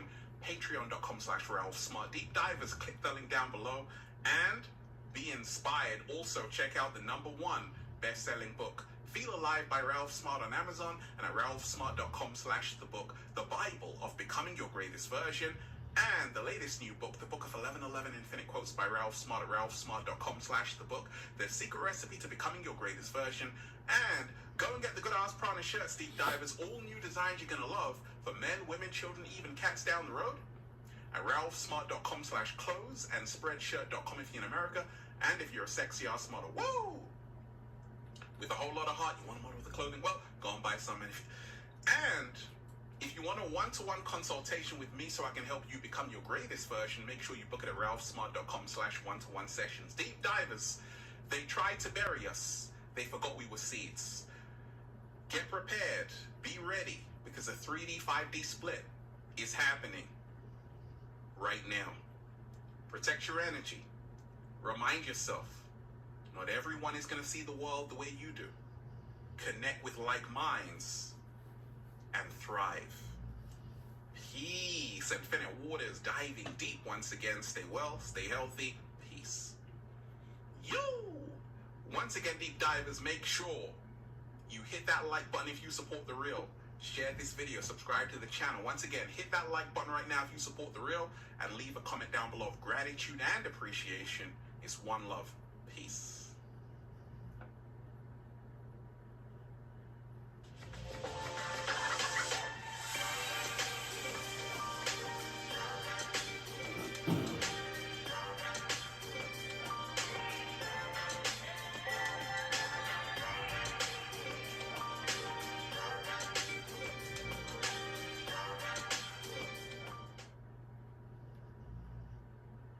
Focus on three key things, which is number one, you have the running sales calls, okay?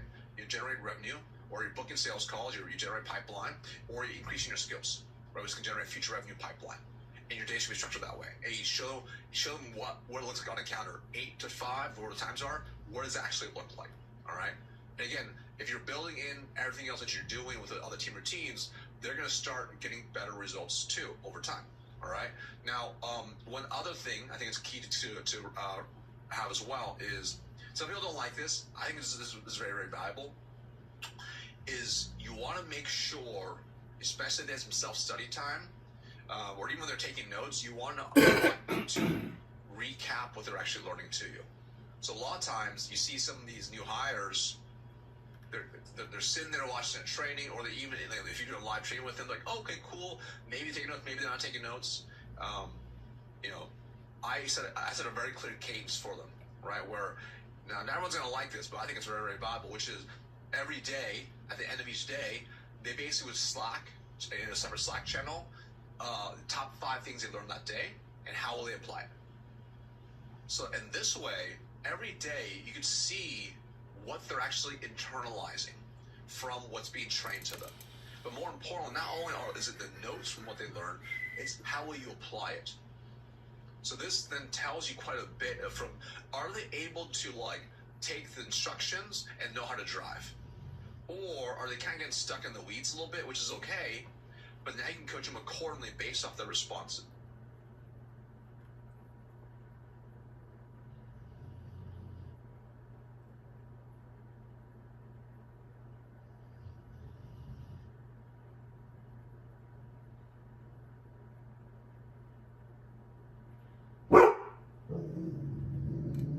Boosie, shut the fuck up.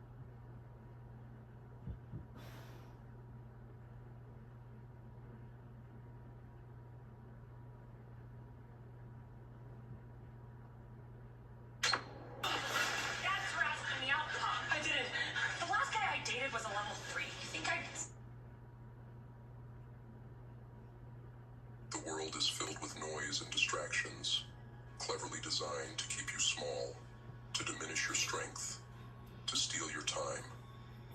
But there are habits, unshakable principles, that are the keys to freedom, the essence of transformation. These are not just ordinary habits. They are the secrets of those who refuse to live by the rules of others, who rise above the fray, who understand that life is to be seized, not passively accepted. If you're ready to break free from the patterns of the mediocre, then listen. These habits are not merely tools. They are the rituals of transformation for those willing to step into true power. 1. Be proactive.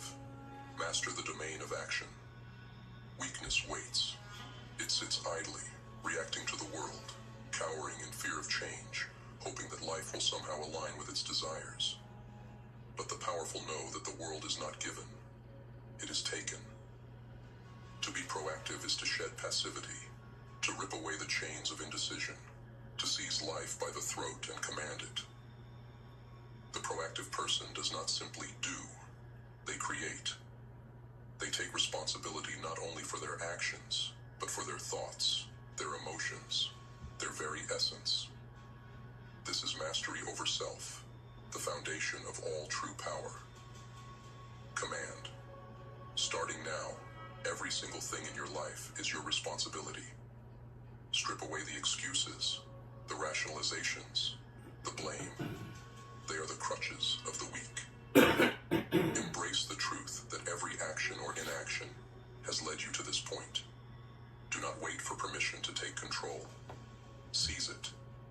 Whether it's a goal, a problem, or a challenge, approach it with fierce intent, as if every moment is your last chance to carve your destiny. Life belongs to the proactive. Decide that nothing will happen in your world without your hand in it, and watch as the universe starts bending to your will. 2. Begin with the end in mind. Carve your legacy in stone. Those who wander without purpose are slaves to circumstance, blown about by the winds of others' decisions. But those who begin with the end in mind understand something powerful. They know their final destination, and every step they take is guided by it. When you have a vision that burns within you, that vision becomes more than a goal. It becomes your fate, your unavoidable future. When you walk with the end in mind, you are not just living. You are writing your legacy with each passing moment. Command. Define what you want your life to stand for. Not just vague dreams or shallow desires, but the end you will achieve, the legacy you will leave. Visualize it in painstaking detail. Feel it. Taste it. See it in your mind until it becomes as real as your very heartbeat. Let this vision be your armor against the distractions and the noise. Every action, every thought, every step you take from this moment should be one that brings you closer to this end. Make this vision your North Star, an unbreakable pact with yourself that no force, no obstacle will ever deter. Begin every day, every project, every challenge with this end in mind, and you will find that your path becomes clear, your distractions insignificant, and your power undeniable. 3. Put first things first. Ruthlessly prioritize what matters. In this world, time is the only resource you cannot reclaim, and yet, most squander it as if it were limitless. To put first things first is to grasp this truth with iron resolve, to guard your time as if it were the very essence of life itself. Every minute wasted on the trivial is a minute stolen from your potential, from your destiny. Prioritizing what truly matters is more than just organizing your day. It is a declaration that you will not allow your purpose to be buried beneath meaningless distractions. Command. Each day, identify the 3 actions that will drive your mission forward, the 3 things that matter above all else. These are not tasks. They are the engines of your success, the non-negotiables. Attack them first, with undivided focus. Block Block out the petty demands, the interruptions, the small asks that would weaken you. Be ruthless in defending your priorities. Say no to anything that does not serve your vision. Every time you choose to put first things first, you are claiming your life, crafting it with precision, and letting the world know that you will not be swayed from your purpose. 4. Think win-win. Forge a path that cannot be denied. The ordinary mind sees life as a battlefield where one must win by making others lose. This is the weak strategy of scarcity. The powerful, however, think in terms of abundance. They know that true strength lies not in destroying others, but in building alliances, creating value that lifts all involved. To think win-win is to take the path of the Creator, the path that leaves no room for failure, because it has left no enemies. It is the path of expansion, of mutual gain, where success becomes unstoppable. Command. See every interaction as an opportunity to create outcomes that serve both you and others. Do not waste energy in petty competition or resentment. Find the way to turn potential adversaries into allies. When you negotiate, create, or collaborate, find the terms that uplift all parties involved. Let those around you know that your success will be theirs as well. This habit is not mere cooperation. It is strategy. The strategy of ensuring that your path is the path of growth for everyone around you. Win-win is not weakness. It is the shield that makes you unassailable. A wall of shared success that no one will want to see fall. 5. Seek first to understand, then to be understood. Master the art of influence. In a world that shouts and clamors, true influence lies in the ability to listen, to see deeply, to understand.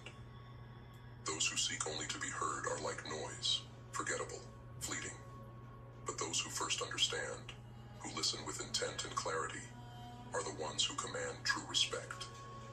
To seek first to understand is to wield an unseen power over others, to know them better than they know themselves, and to speak to their hidden desires, their fears, their aspirations. Influence is born in understanding. Command. Become a master observer. Listen not just to words, but to body language, to tone, to what is left unsaid. Approach each interaction with the goal of truly understanding the other person's needs, wants, and fears. Resist the urge to interrupt, to assert your own opinion prematurely. Let them reveal themselves to you, and when you finally speak, let your words reflect an understanding that pierces their defenses. When you speak after listening, your voice will carry weight, your influence undeniable, because you have seen into their very core. 6. Synergize, combine strengths to build an unbreakable force. The lone wolf mentality is seductive, but it is also limited. True power is not found in isolation, but in synergy, in the ability to bring together forces that, when combined, create an outcome that is unstoppable. To synergize is to amplify strength, to create something greater than the sum of its parts. This is more than teamwork. It is the forging of an alliance that is unbreakable, the creation of a force that moves like a storm, sweeping through every obstacle. Command.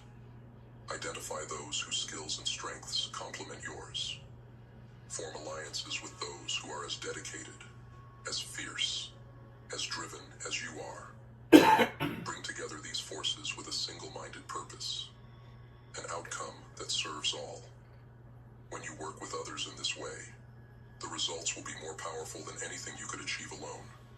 Synergize to build a foundation that will withstand any challenge, a fortress of united strength that nothing can bring down. 7. Sharpen the saw. Relentlessly build your edge. To be effective is not to be static. It is to be in constant evolution, to grow, to sharpen, to fortify yourself against stagnation and decay. Life is relentless, and only those who are as relentless in their self-improvement can withstand its trials.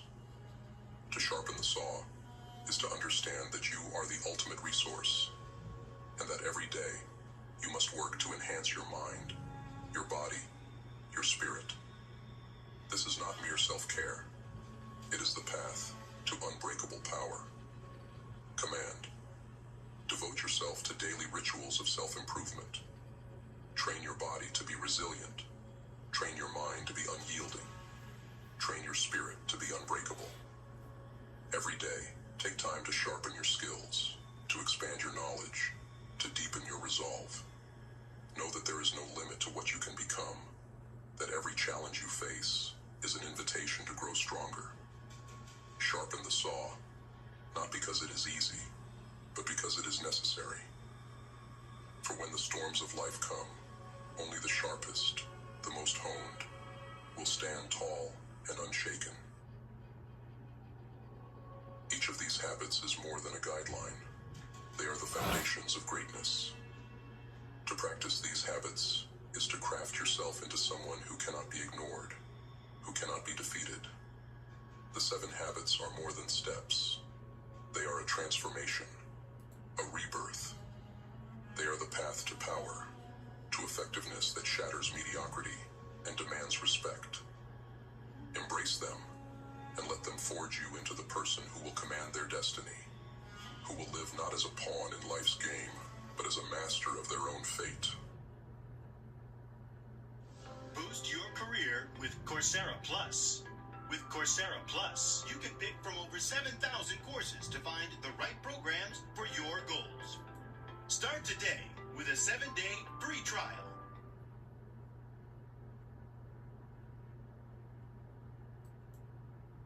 There are more than 50 hormones that go through your bloodstream, and they control just about everything you can imagine. Hormone imbalances can create all kinds of challenges. In a world that worships convenience and comfort, those who seek true power know a different path. A path steeped in sacrifice, resilience, and a relentless pursuit of mastery over oneself. The ones who rise above mediocrity don't stumble upon greatness. They tear it from the hands of life, piece by piece. They don't leave their fate to chance or luck. No, they create it through ironclad habits, forged in the fires of discipline, molded by an unwavering purpose. These aren't mere routines. They are the foundation of unbreakable power, etched into the very essence of who they are. Every moment we have is borrowed. Every breath is a fleeting gift. For those who understand this truth, time is sacred, and their energy is wielded with precision. When you adopt the habits of the powerful, you're not simply setting goals, you're rewriting your destiny. You're choosing to embody something rare, something fierce, a life driven not by comfort, but by conviction. 1. Unwavering clarity of purpose, your unbreakable North Star. The ones who achieve greatness don't do so by accident. They aren't wandering aimlessly, swayed by every whim or distraction. They possess a clarity so fierce it burns like a fire within them. This purpose, this unyielding why, is their North Star, a light that guides them through every storm, every setback. Without purpose, you are a ship lost at sea, vulnerable to every passing wave. With purpose, you become a force, driven and unstoppable. Action strategy. Don't settle for shallow dreams or borrowed ambitions. Dig deep and ask yourself, what am I willing to bleed for? What goal ignites a fire in me that no storm can extinguish? Write down your purpose, your true reason for waking up every morning, and revisit it daily. Let it root itself within you, becoming the reason you endure, the reason you rise above. 2. Ruthless focus on priorities, carving away the noise. The powerful wield their focus like a weapon, cutting through the noise of life, eliminating everything that does not serve their ultimate goal. They do not scatter their energy. They aim it with surgical precision. They know that every moment spent on the irrelevant is a moment wasted. When you master this focus, distractions become meaningless, and every action you take is a step closer to victory. Action strategy. Set your priorities with ruthless clarity. Each day, identify the few actions that will make the biggest impact and focus solely on them. When you're tempted by distractions, remind yourself of what truly matters, of what's at stake. Guard your time as if your life depends on it, because in many ways, it does. Focus isn't just about saying yes to what's important. It's about having the strength to say no to everything else. 3. Relentless self-discipline, the core of true strength. In a world fueled by fleeting motivation, the disciplined are rare. They rise before dawn, put in the work, and grind through the hours, even when every fiber of their being screams for comfort. Discipline is the foundation of all power. It's what turns dreams into reality. Those who succeed know that discipline will carry them when motivation fades, that it is the one thing that remains unyielding when everything else fails. Action strategy. Start by mastering the small things. Wake up on time. Follow through on commitments, no matter how trivial they seem. Discipline is like a muscle. It grows stronger with each repetition. Build routines that serve you and follow them religiously. When you're tempted to slack, remember that discipline is not a punishment. It's the path to true freedom, the freedom to live life on your terms. 4. Insatiable hunger for learning, constantly evolving, never settling. The powerful are not satisfied with what they know. They crave more. They seek wisdom from every corner, drawing knowledge like breath. They read, they question, they expand their understanding. They know that in a world that is constantly changing, to stop learning is to invite death. They are relentless in their pursuit of growth, constantly absorbing, constantly evolving. Action strategy. Dedicate time each day to learning. Read books that challenge you. Seek mentors who push you.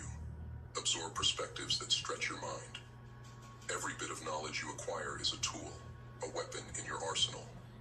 Knowledge is power, and the more you have, the harder you are to break. Cultivate a mindset of insatiable curiosity, one that propels you forward, even when others are content to stagnate. 5. Proactive problem solving. Anticipate, prepare, conquer. Those who master life don't wait for problems to find them. They seek them out, face them head on, and dismantle them before they become crises. They don't wait to react. They are proactive, constantly assessing, anticipating, and preparing. When obstacles arise, they are already armed, ready to conquer. Their preparedness is their strength, their foresight, a weapon few possess. Action strategy. Develop a problem-solving mindset. Don't wait for life to throw obstacles at you. Anticipate them. Regularly assess your goals and responsibilities, identifying potential challenges and creating strategies to address them. Learn to adapt and to pivot when necessary. Those who can anticipate the storm are never caught unprepared. Prepare for the worst, so you are ready to dominate when it arrives. No matter what type of severe asthma you have, Tespire can help you have fewer attacks and relieve your asthma symptoms. Tespire is an add-on treatment for people 12 and over. It is not a rescue medication. Don't take Tespire if you're allergic to it. Allergic reactions may occur and can be serious. Rash or eye allergy can have... 6. Absolute accountability. Owning every result, good or bad.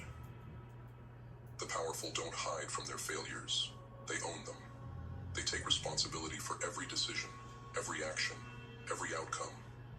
In owning everything, they gain the power to change anything. Accountability is their foundation. It keeps them grounded, keeps them hungry. They know that true strength comes from recognizing and learning from mistakes, not from shifting blame. Action strategy. At the end of each day, reflect on your actions and results. What did you achieve? Where did you fall short? Own it all. Don't waste energy on excuses. Realize that every failure is a lesson, a tool for growth. Embrace accountability as a core tenet of your life. It will forge a resilience that makes you unbreakable. 7. Unbreakable resilience. Rising from every fall, stronger, every time. Resilience is the shield of the powerful. It is the ability to stand up every time life knocks you down, to rise from the ashes, stronger than before.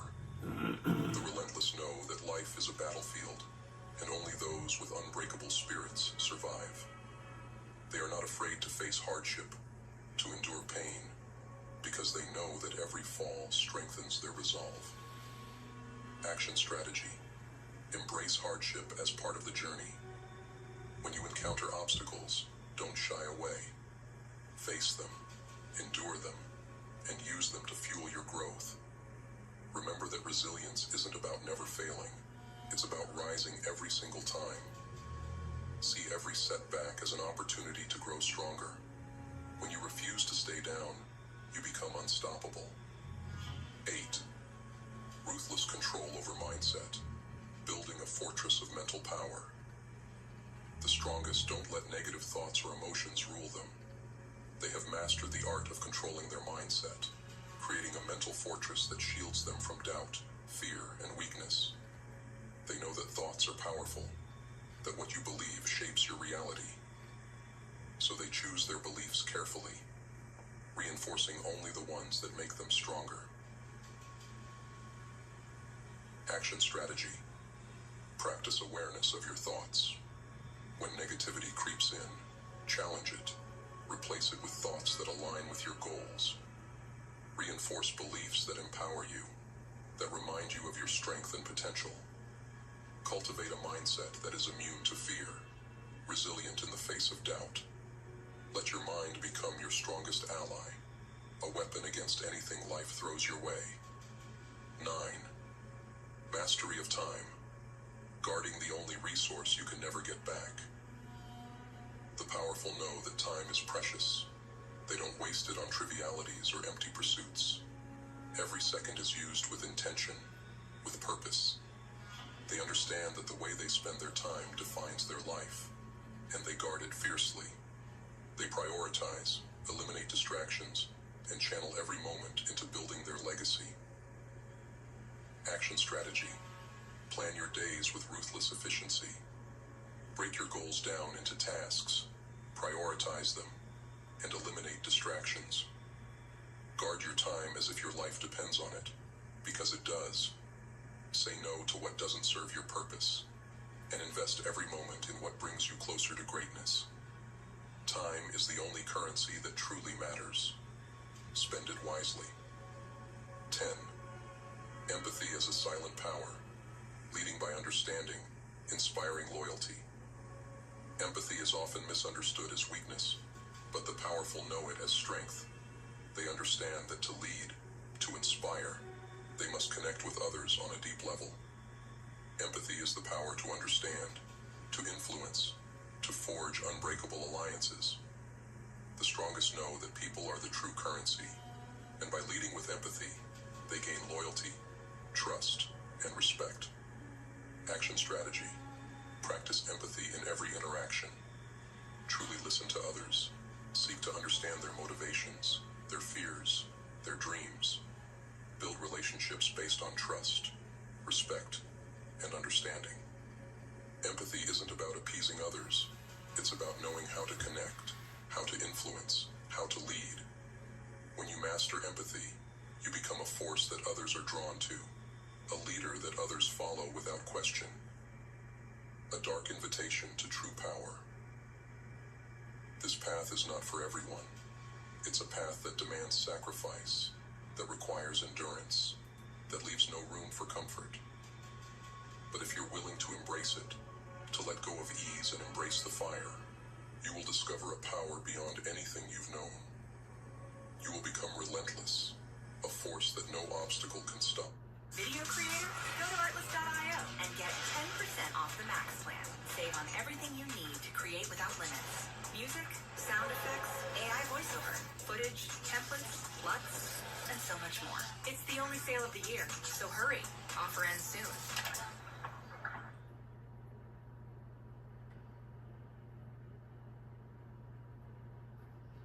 So this is your first time buying a home? Yeah, this is first time doing any of this. Everything is in the email I sent you the other day.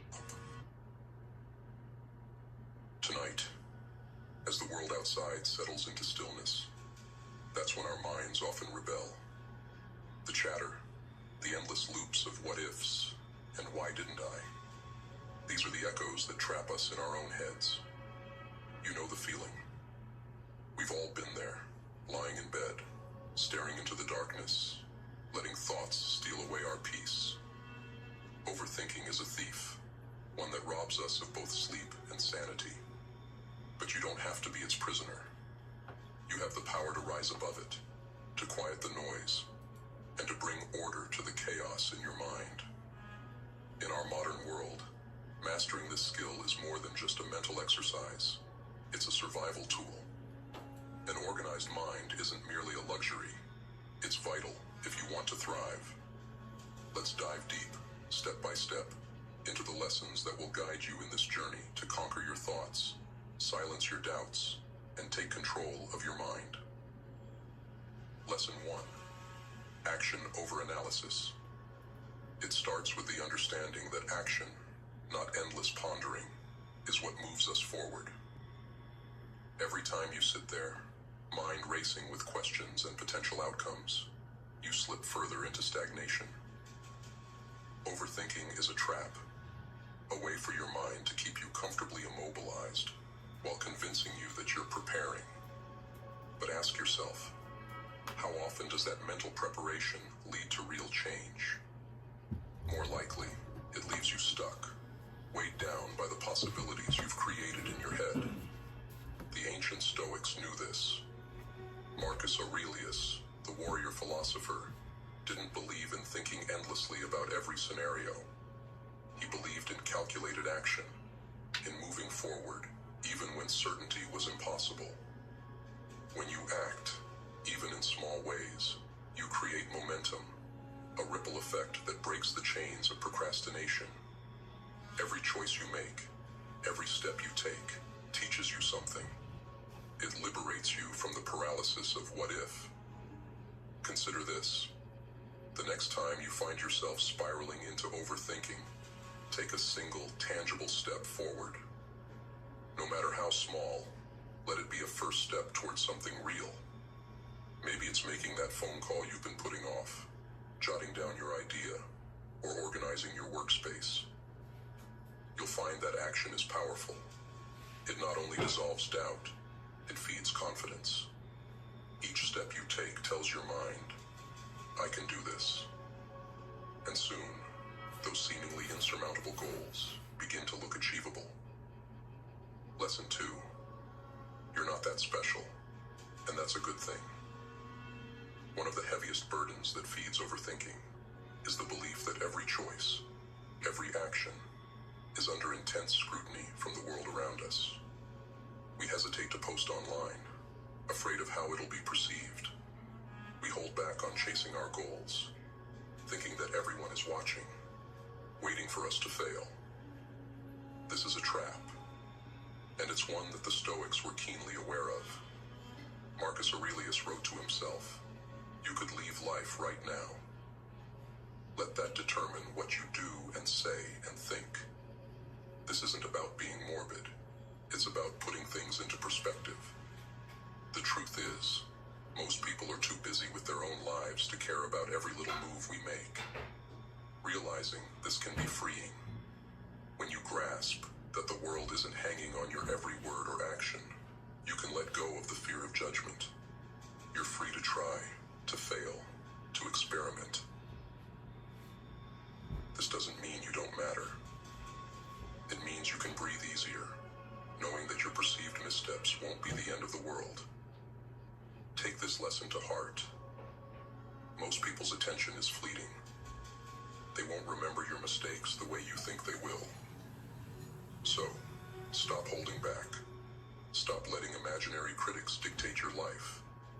You're free to be bold, to make mistakes, to live fully without constantly worrying about how it looks to everyone else. Lesson 3. Comparison is the thief of joy. How often have you been content with your life, only to see someone else's success and suddenly feel your own accomplishments shrink in comparison? In the age of social media, it's all too easy to measure our worth against others, to let the curated highlight reels of others diminish our own lives. But the Stoics had a profound insight. Your worth is yours alone, not defined by others. Epictetus taught us to focus on what we can control, and the lives of others are certainly outside that sphere. By investing your energy into comparing yourself, you're wasting time and focus on something you can never control. Instead, look inward. Anchor your sense of accomplishment to your own journey, not to someone else's milestones. This shift in perspective can be transformative. It pulls you out of the competition mindset and lets you focus on personal growth. It's never been a better time to invest in your future. Learn at your own pace from leading universities and companies like... The next time you feel yourself slipping into the comparison trap, pause. Reflect on your progress, your achievements, no matter how small. Each one is a victory unique to you, a testament to your journey. When you stop comparing, you start appreciating, and that's when you reclaim your joy. Lesson 4. Perfection is a myth. Embrace imperfection. Perfection is a mirage. It's the idea that if we just try a little harder, plan a little longer, we can achieve flawlessness. But the truth is, perfection is not only impossible, it's paralyzing. By setting ourselves up to never make mistakes, we doom ourselves to inaction. The Stoics saw this clearly. They taught that imperfection is not a flaw. It's an integral part of growth. Seneca famously said, "We suffer more often in imagination than in reality." We create scenarios of perfect success in our minds, and then we suffer when reality doesn't measure up. But what if you saw each mistake as a lesson? What if, instead of striving for flawless, you aimed for progress? Imagine the freedom that comes with embracing imperfection, with allowing yourself to make mistakes, learn, and move forward. The next time you're tempted to hold back out of fear of not getting it just right, remember this. Every flaw, every imperfection is an opportunity for growth. The road to success isn't flawless. It's filled with stumbling blocks that teach us how to walk. Embrace imperfection, for it's there that real progress is born. Lesson 5. Your emotions are not your reality. Emotions are powerful, sometimes overwhelmingly so. They color our reality, often leading us to believe that what we feel is the truth. But emotions are fleeting, and the Stoics taught us that they do not define our reality. Marcus Aurelius reminded himself often that he held power over his mind, not external events. This is your power too. The next time you feel anxiety, fear, or anger rising, take a moment to detach. Ask yourself, is this emotion based on fact or interpretation? Often, by simply pausing to question our emotions, we regain clarity. This isn't about ignoring your feelings. It's about not letting them control you. Emotional mastery is the art of seeing your feelings without letting them dictate your reality. Think about the last time you were overwhelmed by a single moment of frustration. At that moment, it felt like your whole world was falling apart. But hours or days later, you realized it wasn't as significant as it seemed.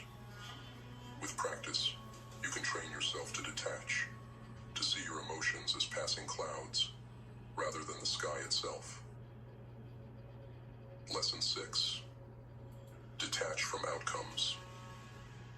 One of the biggest sources of overthinking is our fixation on results. We want to control every outcome, to guarantee that things go our way.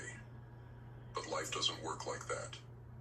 The Stoics were adamant about focusing on what you... This means controlling your environment and limiting distractions. If If something does not serve your goals, it doesn't belong in your daily routine. Turn off notifications, limit mindless scrolling, and consciously choose what information you consume. Information is power only if it fuels your purpose. Otherwise, it's dead weight, a distraction disguised as value. 2. Opinions. Marcus Aurelius himself would retreat into his inner world, writing, "Nowhere can a man find a quieter or more untroubled retreat than in his..." Solitude isn't loneliness. It's an opportunity to reconnect with yourself, to ask hard questions, to face your fears, and to refine your goals. Dedicate a portion of your day to intentional solitude. Spend it in silence, observing your own thoughts, questioning your desires, and confronting the motives behind your actions. Use this time to clarify what truly matters and to filter out what doesn't. Solitude sharpens your mental resilience and solidifies your purpose, making you less susceptible to the noise of the world. 3. Harnessing adversity. Turn setbacks into fuel. Life is unpredictable, and adversity is inevitable. But the Stoics didn't see obstacles as setbacks. They saw them as opportunities for growth. Marcus Aurelius famously wrote, "The impediment to action advances action. What stands in the way becomes the way." Every challenge, every obstacle is an invitation to adapt, to refine your approach, and to grow stronger. This mindset transforms adversity from a hindrance into a powerful ally. When you face setbacks, don't react impulsively. Instead, ask yourself, what can I learn from this? How can this make me better? See each challenge as a chance to practice resilience, to test your discipline, and to reinforce your purpose. Use adversity as fuel. When something goes wrong, recognize that it's an opportunity to hone your mental toughness, to sharpen your focus, and to strengthen your resolve. This is how obstacles become stepping stones. 4. Daily reflection. A habit of accountability. Reflection is a powerful tool for self-mastery. The Stoics practiced it every night, examining their actions and thoughts, not as an exercise in guilt, but as a means of constant improvement. At the end of each day, ask yourself the questions that will keep you on track. Did my actions today align with my purpose? Did I maintain my discipline, or did I falter? This habit of reflection keeps you accountable, ensuring that every day is a step closer to the person you aspire to be. In your reflections, be honest, but not harsh. See every misstep as a lesson, every moment of discipline as a victory. Track your progress not only in achievements, but in growth. Reflection keeps your mind sharp and your goals alive. It's a nightly calibration, a way of reinforcing your commitment to the path you've chosen. 5. Mastery. Over desire. Practicing voluntary discomfort. Most people spend their lives in pursuit of comfort, but the Stoics believed comfort is a double-edged sword. It's a fleeting state that, when pursued without limits, leads to dependency and weakness. To remain resilient, the Stoics practiced voluntary discomfort, deliberately exposing themselves to hardship to build mental and physical fortitude. Epictetus reminded his students to prepare for challenges so that they might meet real adversity with strength. Embrace this practice of voluntary discomfort. Go without luxuries now and then. Fast for a day. Wake up earlier than you want to. Train your body rigorously. Each act of discomfort makes you stronger, more resilient, more self-sufficient. By conditioning yourself to be comfortable with discomfort, you become immune to adversity. You gain control over your desires rather than letting them control you. In a world addicted to instant gratification, your ability to endure discomfort becomes your competitive advantage. 6. The dichotomy of control. Release what you can't change. One of the central principles in Stoic philosophy is the dichotomy of control, the understanding that some things are within our power and others are not. Wasting energy on things outside our control only leads to frustration and helplessness. Marcus Aurelius wrote, "You have power over your mind, not outside events. Realize this, and you will find strength." Freedom lies in focusing solely on what you can control and releasing the rest. Every time you encounter a challenge, ask yourself, is this within my control? If the answer is no, let it go. This practice isn't about detachment. It's about discipline. Your mind, your actions, your choices. These are within your domain. External events, the opinions of others, the outcomes of your efforts, these are not. By releasing what you can't control, you liberate yourself from needless anxiety, gaining a deeper peace and resilience. This freedom allows you to channel all of your energy into what truly matters. 7. Building a fortress of inner peace. Emotional mastery. Emotions are powerful forces, and without control, they can lead you astray. The Stoics taught that true strength lies in mastery over one's emotions, not in their suppression, but in their regulation. Marcus Aurelius practiced remaining calm amid chaos, writing, "Be like the rock that the waves keep crashing over. It stands unmoved, and the raging of the sea falls still around it."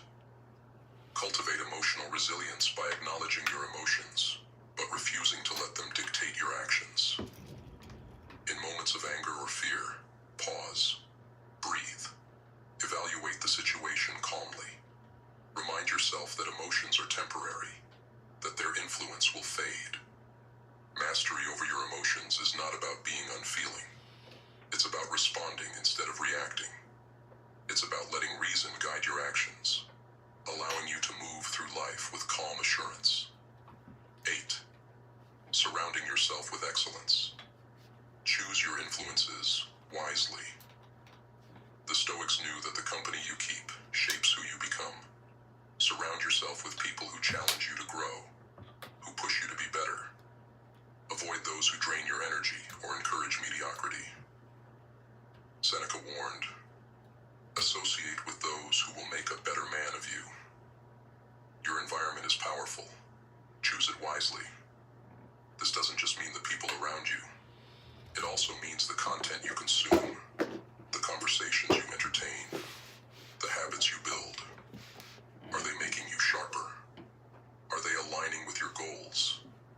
Seek out mentors, role models, and books that inspire you to push beyond your limits. Each influence either strengthens or weakens you, so let your environment be a forge for excellence. 9. Delayed gratification. Cultivate the strength to wait. We live in an age of immediacy, where instant gratification is a way of life. But the Stoics knew that true fulfillment comes from delayed gratification, from putting in the work now and reaping the rewards later. Seneca wrote about living a life based on virtue rather than fleeting pleasures. Discipline yourself to wait, to resist the pull of instant rewards. Set long-term goals and commit to them. If you want to master a skill, invest the time to practice it deeply. If you have financial goals, prioritize saving and growth over impulsive spending. Delayed gratification teaches patience, builds character, and reinforces self-control. In a world addicted to shortcuts, your willingness to delay gratification sets you apart. 10. Becoming the master of your own mind. Cultivate mental independence. Finally, Stoicism teaches that true freedom is found in self-reliance, in being the master of your own mind. In a world where everyone seeks approval and validation from others, Stoics find their strength within.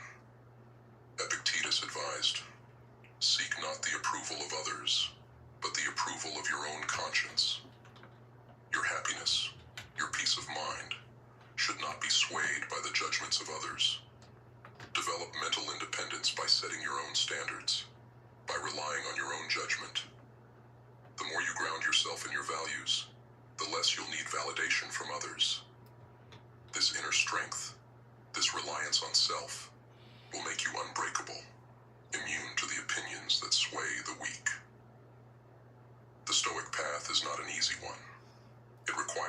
fortitude, relentless self-discipline, and a willingness to confront your own weaknesses.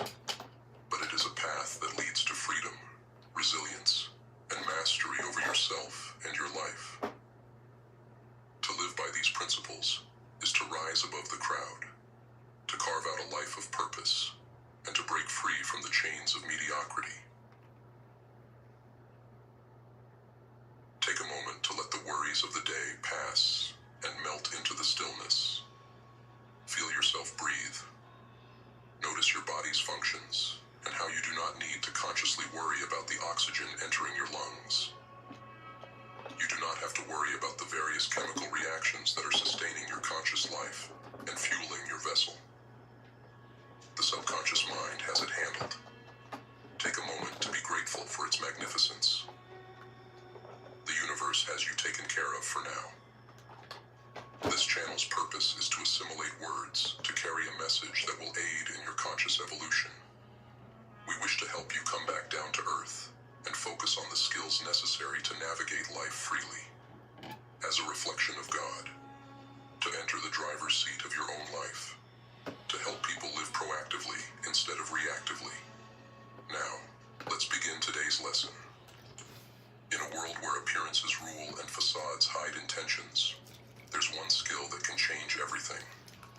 The ability to see beyond the surface, to read people in a way that leaves no room for deception. Today, it's more than just a skill. It's survival.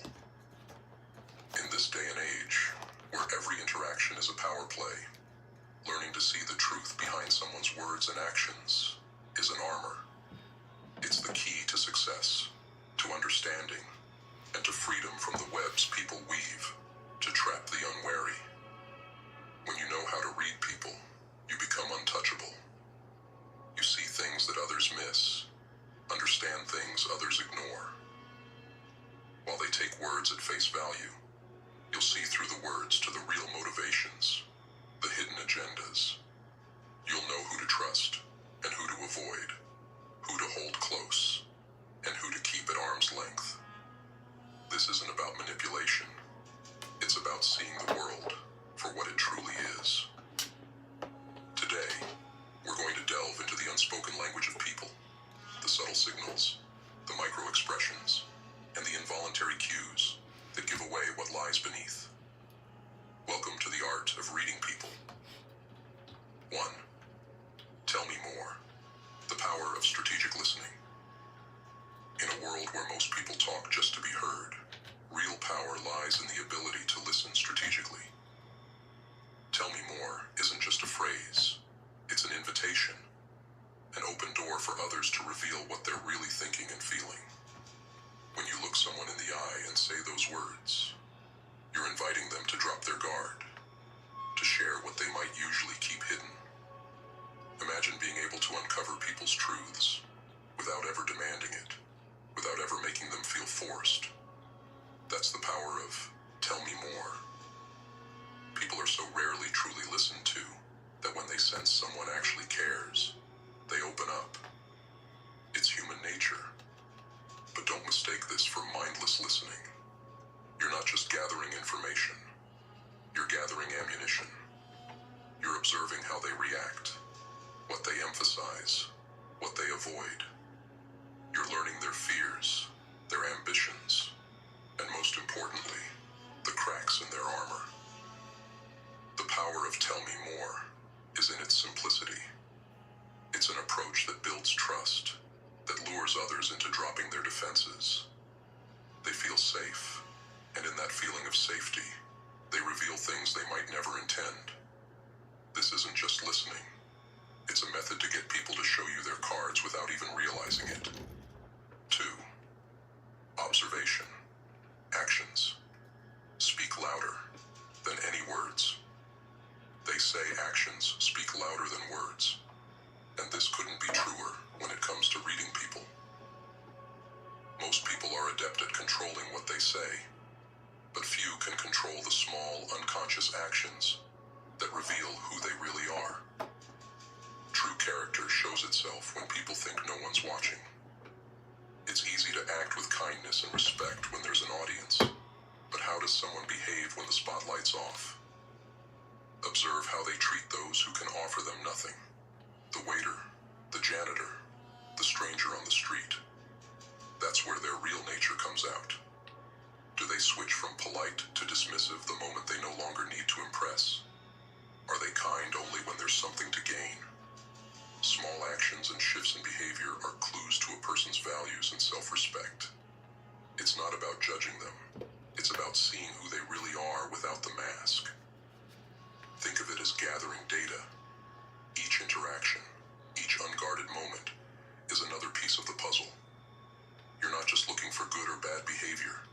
You're looking for patterns, for signs of consistency or inconsistency. Once you learn to decode these actions, you'll know more about a person's true self than they'd ever willingly tell you. 3. Patterns don't lie. The past as a blueprint of character. People love to say they've changed, that they're different now, but the truth is simple. Patterns don't lie. A person's past is the blueprint to understanding their present. Every behavior, every decision is a piece of their history. Someone who's overly guarded, they've likely been betrayed. A person who lashes out at criticism, chances are they grew up in an environment where they were constantly judged. Understanding a person's past isn't about excusing their behavior. It's about deciphering it. You're not looking to understand every detail, but rather to see the patterns, to understand what has shaped them, and most importantly, to anticipate how those patterns will guide their future actions. When you understand a person's history, you gain insight into what they're likely to do next. This is the tool that allows you to move with intention. When you see the roots of someone's actions, you're not blindsided by their choices. You anticipate, you predict, and you navigate around their triggers. With this understanding, you become unshakable, knowing how to avoid potential conflicts and how to strengthen your alliances. 4. Tonal shifts. The voice betrays the truth.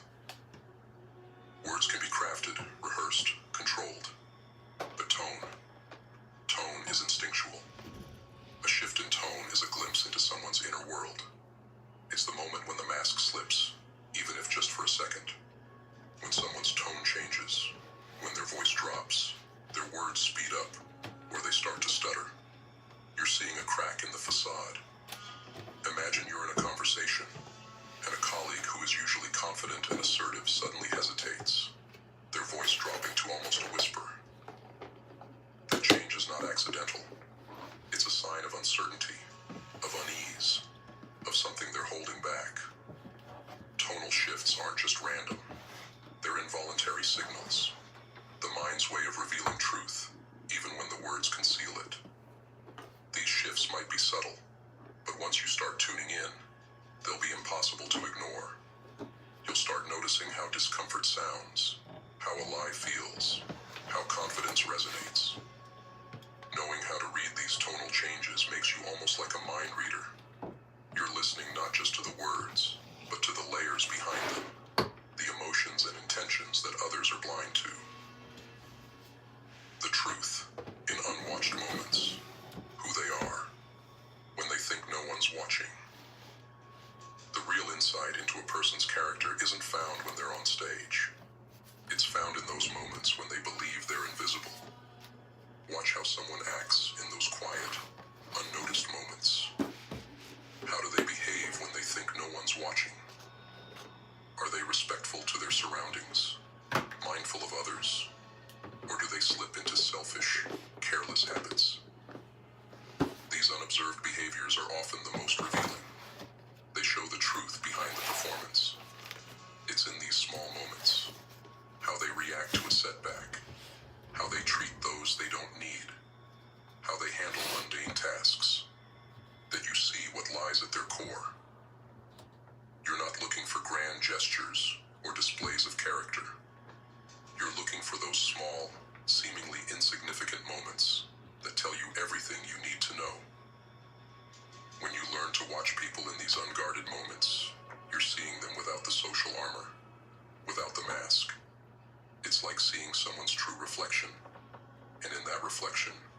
find the truth of who they are. 6. Emotional reactions. The instincts behind the mask. Emotion is a powerful truth teller. While someone can mask their words, controlling their body language, emotions are harder to hide. They are the raw, instinctual responses that seep through the cracks of any mask. Observe how someone reacts in moments of stress, joy, anger, or disappointment. Do they embrace change, or do they resist it with everything they have? Do they react with anger, or with understanding when challenged? These reactions aren't just responses. They're indicators of core values, of deep-rooted fears, and priorities. Emotional reactions cut through the facade and show what truly matters to someone. For example, someone who reacts defensively to constructive criticism might have unresolved insecurities. Someone who lights up at the prospect of a challenge is likely driven by a desire for growth and progress. Recognizing these emotional cues allows you to navigate around them. You understand what drives them, what pushes them, and what holds them back. When you know what motivates someone at this primal level, you know how to communicate with them in a way that resonates deeply, that gets to the heart of who they are. 7. Body language, the silent dialogue. The body speaks a language of its own, a language that cannot lie. Every gesture, every posture, every small movement carries meaning. Crossed arms, a subconscious barrier, a forward lean, an invitation to connect.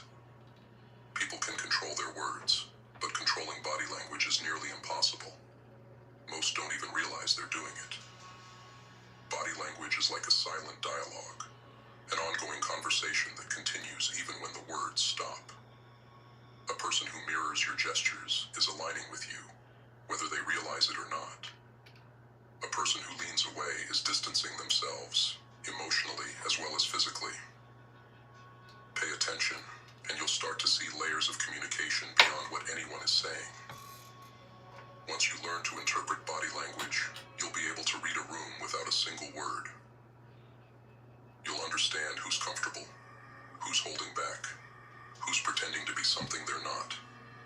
This awareness gives you a distinct advantage, allowing you to respond not to the surface, but to the reality underneath. This world is built to crush those who lack the will to rise. It thrives on routine, rewards complacency, and buries the rest.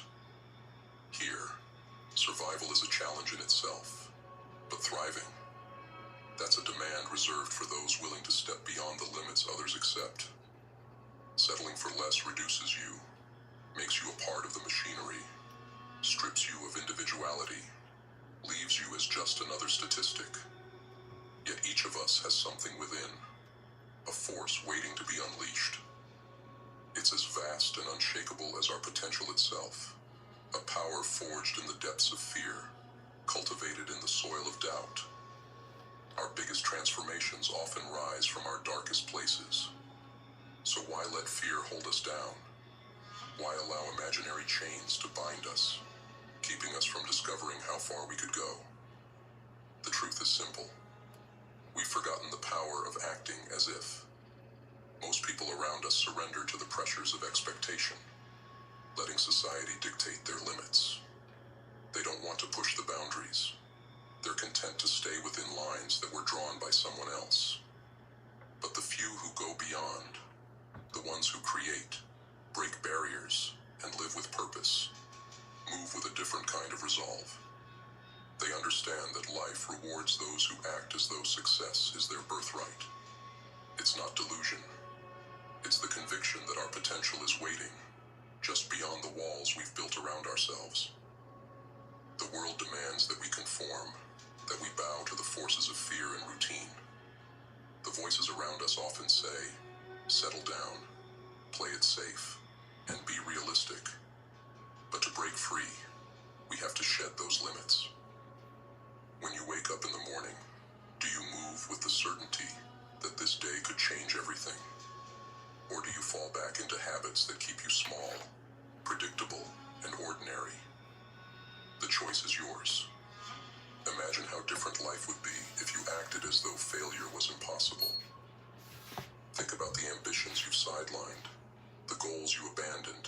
because the risk felt too great. Acting as if doesn't mean pretending. It means refusing to let the unknown dictate your life. It means seeing every challenge as a tool for growth and a test of will. Each struggle can be your chance to learn, to adapt, and to build a deeper strength. This isn't about chasing the impossible without regard for reality. It's about transcending what's been imposed on you, about choosing to see obstacles as opportunities, not as deterrents. Every limit we encounter has the potential to become a lesson if we approach it with resilience. The process of growth isn't gentle. It's relentless. It tests you. It tears at your weaknesses. And it demands sacrifice. But the person you become on the other side will thank you for every difficult step. Within you lies the potential to shape your reality, to redefine the boundaries of what's possible. Don't wait for validation from the world. You have the power to reshape your life on your own terms. This power, the power to believe in yourself, isn't about blind optimism. It's about choosing to see beyond immediate circumstances, to trust that you are capable of more than you know. It's about embodying a mindset that refuses to be subdued, that chooses progress over comfort. The act of believing in yourself isn't just a vague, feel-good notion.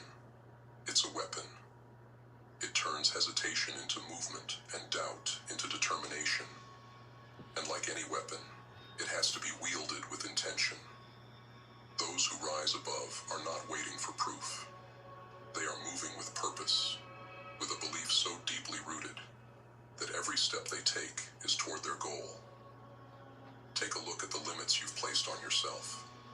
These are not barriers set in stone. They are illusions, boundaries that can be pushed, expanded, or even shattered. Challenge them. The only reality they hold is the one you've accepted. Speak to yourself as if you are powerful, as if success is your only option. Feed your mind with belief. Surround yourself with people who see greatness in you and encourage it. This belief will grow, becoming an unbreakable foundation for every decision you make. Remember, belief alone won't carry you. It must be accompanied by relentless action. Action turns belief into a living force. When you combine the two, nothing can hold you back. Each move you make, each step forward, strengthens your conviction and brings you closer to what you desire. The road won't be easy, but that's the price of freedom, the price of reaching your potential. Your life depends on this belief, on this relentless pursuit. On the other side of your doubts and fears lies the life you've been searching for. It's time to stop waiting for the perfect moment and start making every moment count. Step into the unknown with purpose, with the certainty that you have the strength to face whatever comes. Act as if every day is a step closer to your dreams. Move forward as if the obstacles are only temporary. This is the mindset of those who refuse to be ordinary, who refuse to be defined by the past, who make their own path. When fear and doubt creep in, remember, they're not walls, they're tests. They ask only one question: how much do you want this? The answer lies not in words, but in the actions you take, in the commitment you uphold. In the end, your life will not be measured by the dreams you kept hidden, but by the risks you took, by the bold moves that brought those dreams to life. Every day you have a choice: to remain confined by the limits that have been set, or to push beyond them. Life doesn't pause. An opportunity doesn't wait. Each moment you choose comfort, you allow fear to root itself deeper, to dictate your actions, and to hold you back from what you are capable of achieving. To act as if fear is nothing more than an illusion, you begin to reclaim your power.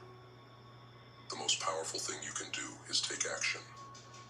Not massive, showy action, but small, consistent steps forward. This kind of action, the kind that happens happens even when you're unsure, even when you don't know the full path ahead, is what builds resilience. It's what separates those who talk about change from those who live it. And as you take those steps, you'll find that fear loses its grip. Each move forward, each risk taken, builds a layer of strength you didn't know you had. Belief, however, isn't something that just comes to you in the form of a wish or a fleeting thought. It's something you build and reinforce every single day. With each disciplined choice, each hard decision, you train your mind to trust itself. You create a foundation that's solid enough to carry you even when everything around you is uncertain. This kind of belief doesn't crumble under pressure. It thrives on it. It becomes your armor, your fuel, and your guidance through whatever obstacles come your way. There will be days when the path feels unclear, days when the weight of doubt makes every step a struggle. But remember that strength doesn't come from ease. It's born in the fires of challenge. Each time you face resistance, you're sharpening your resolve. Every struggle, every setback, is a test of your will. Protect your wealth by spending physical gold, not paper money that grows weaker by the second.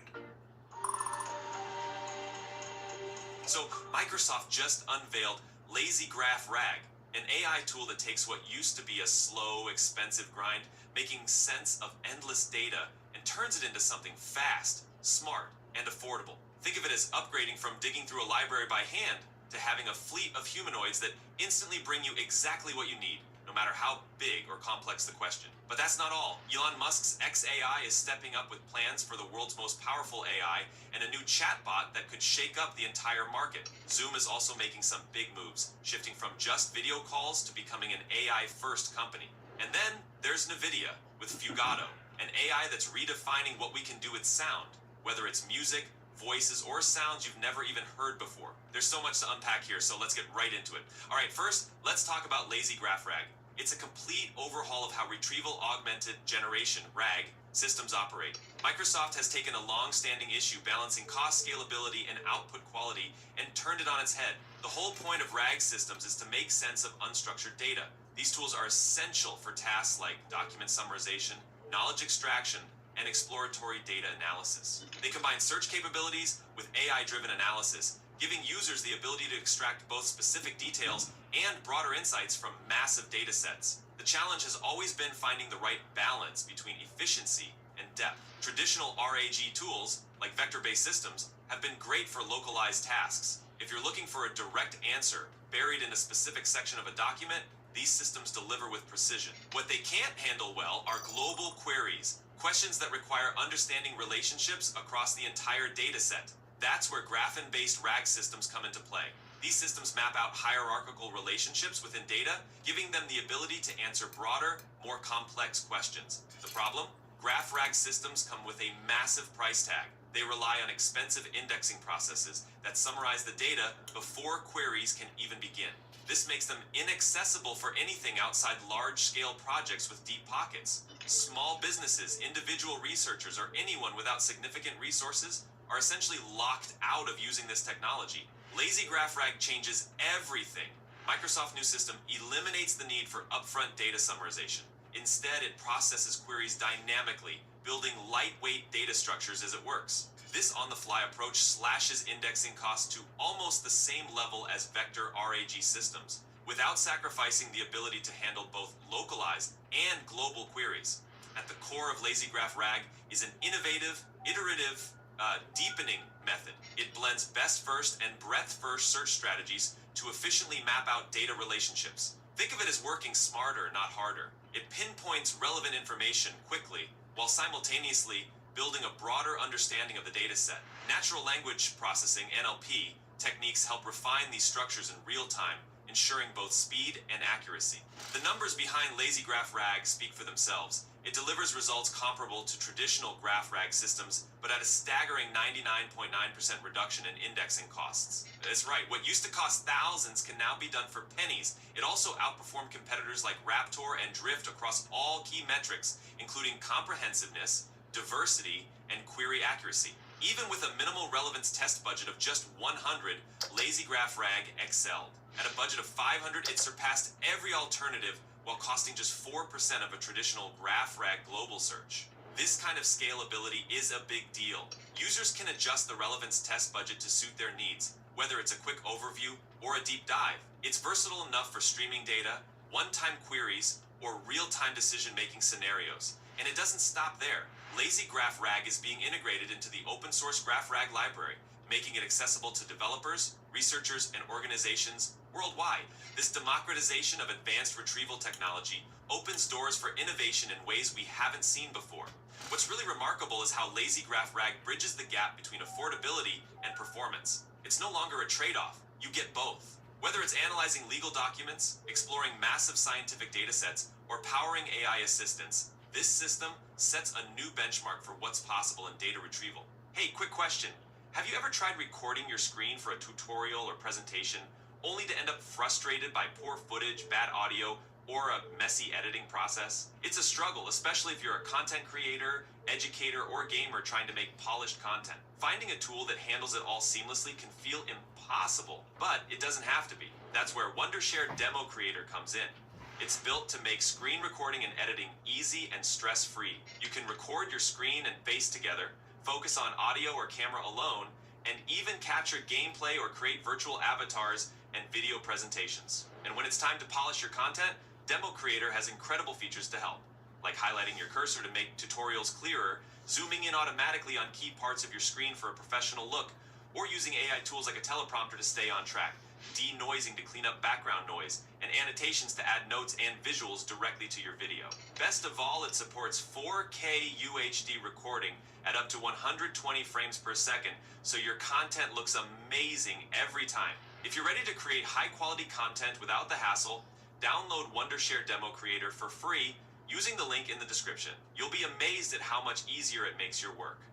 Alright, now let's shift gears and talk about xAI, Elon Musk's bold venture into the AI space. The company has been making waves, and their latest plans are nothing short of ambitious. xAI is gearing up to launch a consumer chatbot next month, alongside what they claim will be the most powerful AI model in the world. This new AI model is expected to be part of their flagship Grok line of large language models. The last version, Grok Beta, could handle prompts with up to 128,000 tokens, essentially processing more information at once than most systems out there. The upcoming model aims to push those boundaries even further. The chatbot itself is designed to stand out in a crowded market dominated by tools like ChatGPT, Meta's AI offerings, and Google's systems. While details on the chatbot are still under wraps, it's clear that xAI is leveraging its unique position to create something highly competitive. Exclusive datasets from Musk's other companies, like SpaceX and Tesla, are being used to train their models, giving xAI a significant edge in data quality and diversity. xAI's infrastructure is equally impressive. They're running a supercomputer in Memphis packed with 100,000 NVIDIA GPUs, with plans to double that soon. This level of computational power allows them to train and deploy models at a scale few can match. Financially, xAI is in a strong position, having raised $11 billion since its launch. The company is also on track to surpass $100 million in annual sales, with much of that revenue coming from collaborations with other Musk-owned businesses like SpaceX's Starlink and X, formerly Twitter. These partnerships highlight xAI's integration into a broader ecosystem, where its AI tools are already providing value in areas like customer support and embedded assistance. As xAI continues to expand, it's clear that they're not just building AI, they're shaping the future of human-computer interaction in ways that could redefine the market. Zoom has made its own bold pivot, transitioning from a video conferencing platform to an AI-first company. This shift isn't just a rebranding effort, it's a strategic move to stay relevant in a rapidly changing tech landscape. The introduction of AI Companion 2.0 and Zoom Docs marks a significant expansion of Zoom's capabilities. These tools aim to integrate AI into every aspect of the workplace, from task management to meeting automation. The concept of digital twins, highlighted by CEO Eric Yuan, takes this even further. Imagine delegating tasks or attending meetings without actually being there. Your AI twin does it for you. Despite these changes, Zoom isn't abandoning its roots. Video conferencing remains a core part of its business, and with $1.18 billion in Q3 revenue, the company is still thriving. a $2 billion stock repurchase program underscores their confidence in this new direction. Finally, let's talk about Fugato, NVIDIA's latest innovation in audio AI. This isn't just a tool, it's an entirely new way of thinking about sound. Fugato can generate or transform any mix of music, voices, and sounds using text or audio inputs. Need a trumpet that meows like a cat? Done. Want a rainstorm that morphs into birdsong? Fugato can handle it. What sets Fugato apart is its ability to combine tasks in ways no other model can. It uses emergent properties, meaning it can perform tasks it wasn't explicitly trained for. For example, it can mix accents with emotions, or evolve soundscapes over time. This flexibility makes it a game changer for industries like music production, advertising, education, and gaming. Under the hood, Fugato runs on a 2.5 billion parameter model trained on NVIDIA DGX systems with 32 H100 GPUs. The development process involved creating millions of audio samples and fine-tuning data sets to achieve a level of versatility that's unmatched. The potential applications are endless. Music producers can experiment with different styles and instruments in seconds. Game developers can create dynamic audio environments that respond to player actions. Even language learning tools can become more engaging, allowing users to choose custom voices for their lessons. Fugato's ability to interpolate between instructions gives users fine-grained control over the output, whether it's dialing up the sorrow in a French accent or creating a soundscape that evolves over time. The possibilities are endless. The pace of innovation is staggering, and the impact is only just beginning to be felt. It's an exciting time to be following AI, and there's no telling where these breakthroughs will take us next. All right, let me know what you think in the comments, and if you enjoyed this, make sure to like and subscribe for more AI updates. Thanks for watching, and see you in the next one.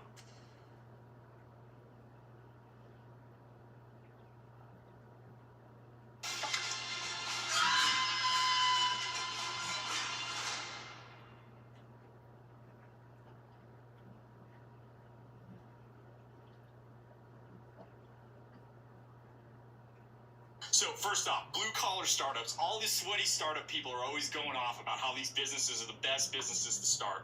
In reality, like what they never do is show you actually how to grow them. So that's what I want to talk about today. So each of these things are approachable. You can go get started with these businesses for like $150 at your Lowe's or Home Depot or whatever, your Ace Hardware is right next to you. Yeah, I think it's one of these ideas that's like very deceptive when you look at it. Like you're like, oh, this is just some simple, dumb lifestyle business. But in reality, like the game here is you go and you make this service business, this sweaty startup or whatever the hell you want to call it. And then you learn these skill sets on how to market this type of business. You turn that into an agency, create this cap.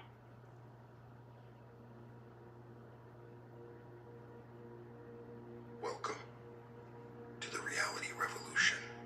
I'm your host, Brian Scott. Today we have a lovely sleep story. Have you ever really wondered what happens to your consciousness when you sleep? What adventures does your soul go on as you fade into that glorious and wonderful sleep? Oh, the adventures that your soul has been on in its eternal journey through consciousness. Now, as I share a unique and powerful story, the stories I share for sleep meditations are purposely used to activate your energy body and take you into higher realms of consciousness. The concept of the story goes beyond your present experience, allowing you to explore concepts, ideas, and frameworks beyond the traditional third density way of thinking. Hearing stories like this activates memories of the past and awakens potentials for your future. They may not make sense, or they may make all the sense in the world, but underlying the story is the intention of activating your energy body and awakening the memories of your spirit. The story asks, Are the spirit and the flesh one and the same thing? Or are these separate entities, dependent and at the same time independent of each other? Perhaps some great cosmic law holds this secret. But the one universal element that we can depend upon apparently is the lucky accident. John Foster West's story, Cogito Ergo Sum, explores a warped instant in space, and two egos are separated from their bodies and lost in a mysterious abyss. So take a moment and relax. Get comfortable in your bed, adjusting your pillows and sheets, letting go of your worries and thoughts of the day. Give yourself permission in this moment to relax and let go.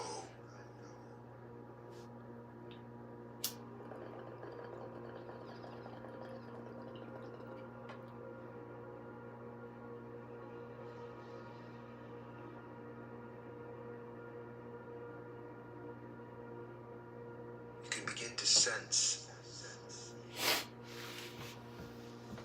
the energy of your sheets and pillow.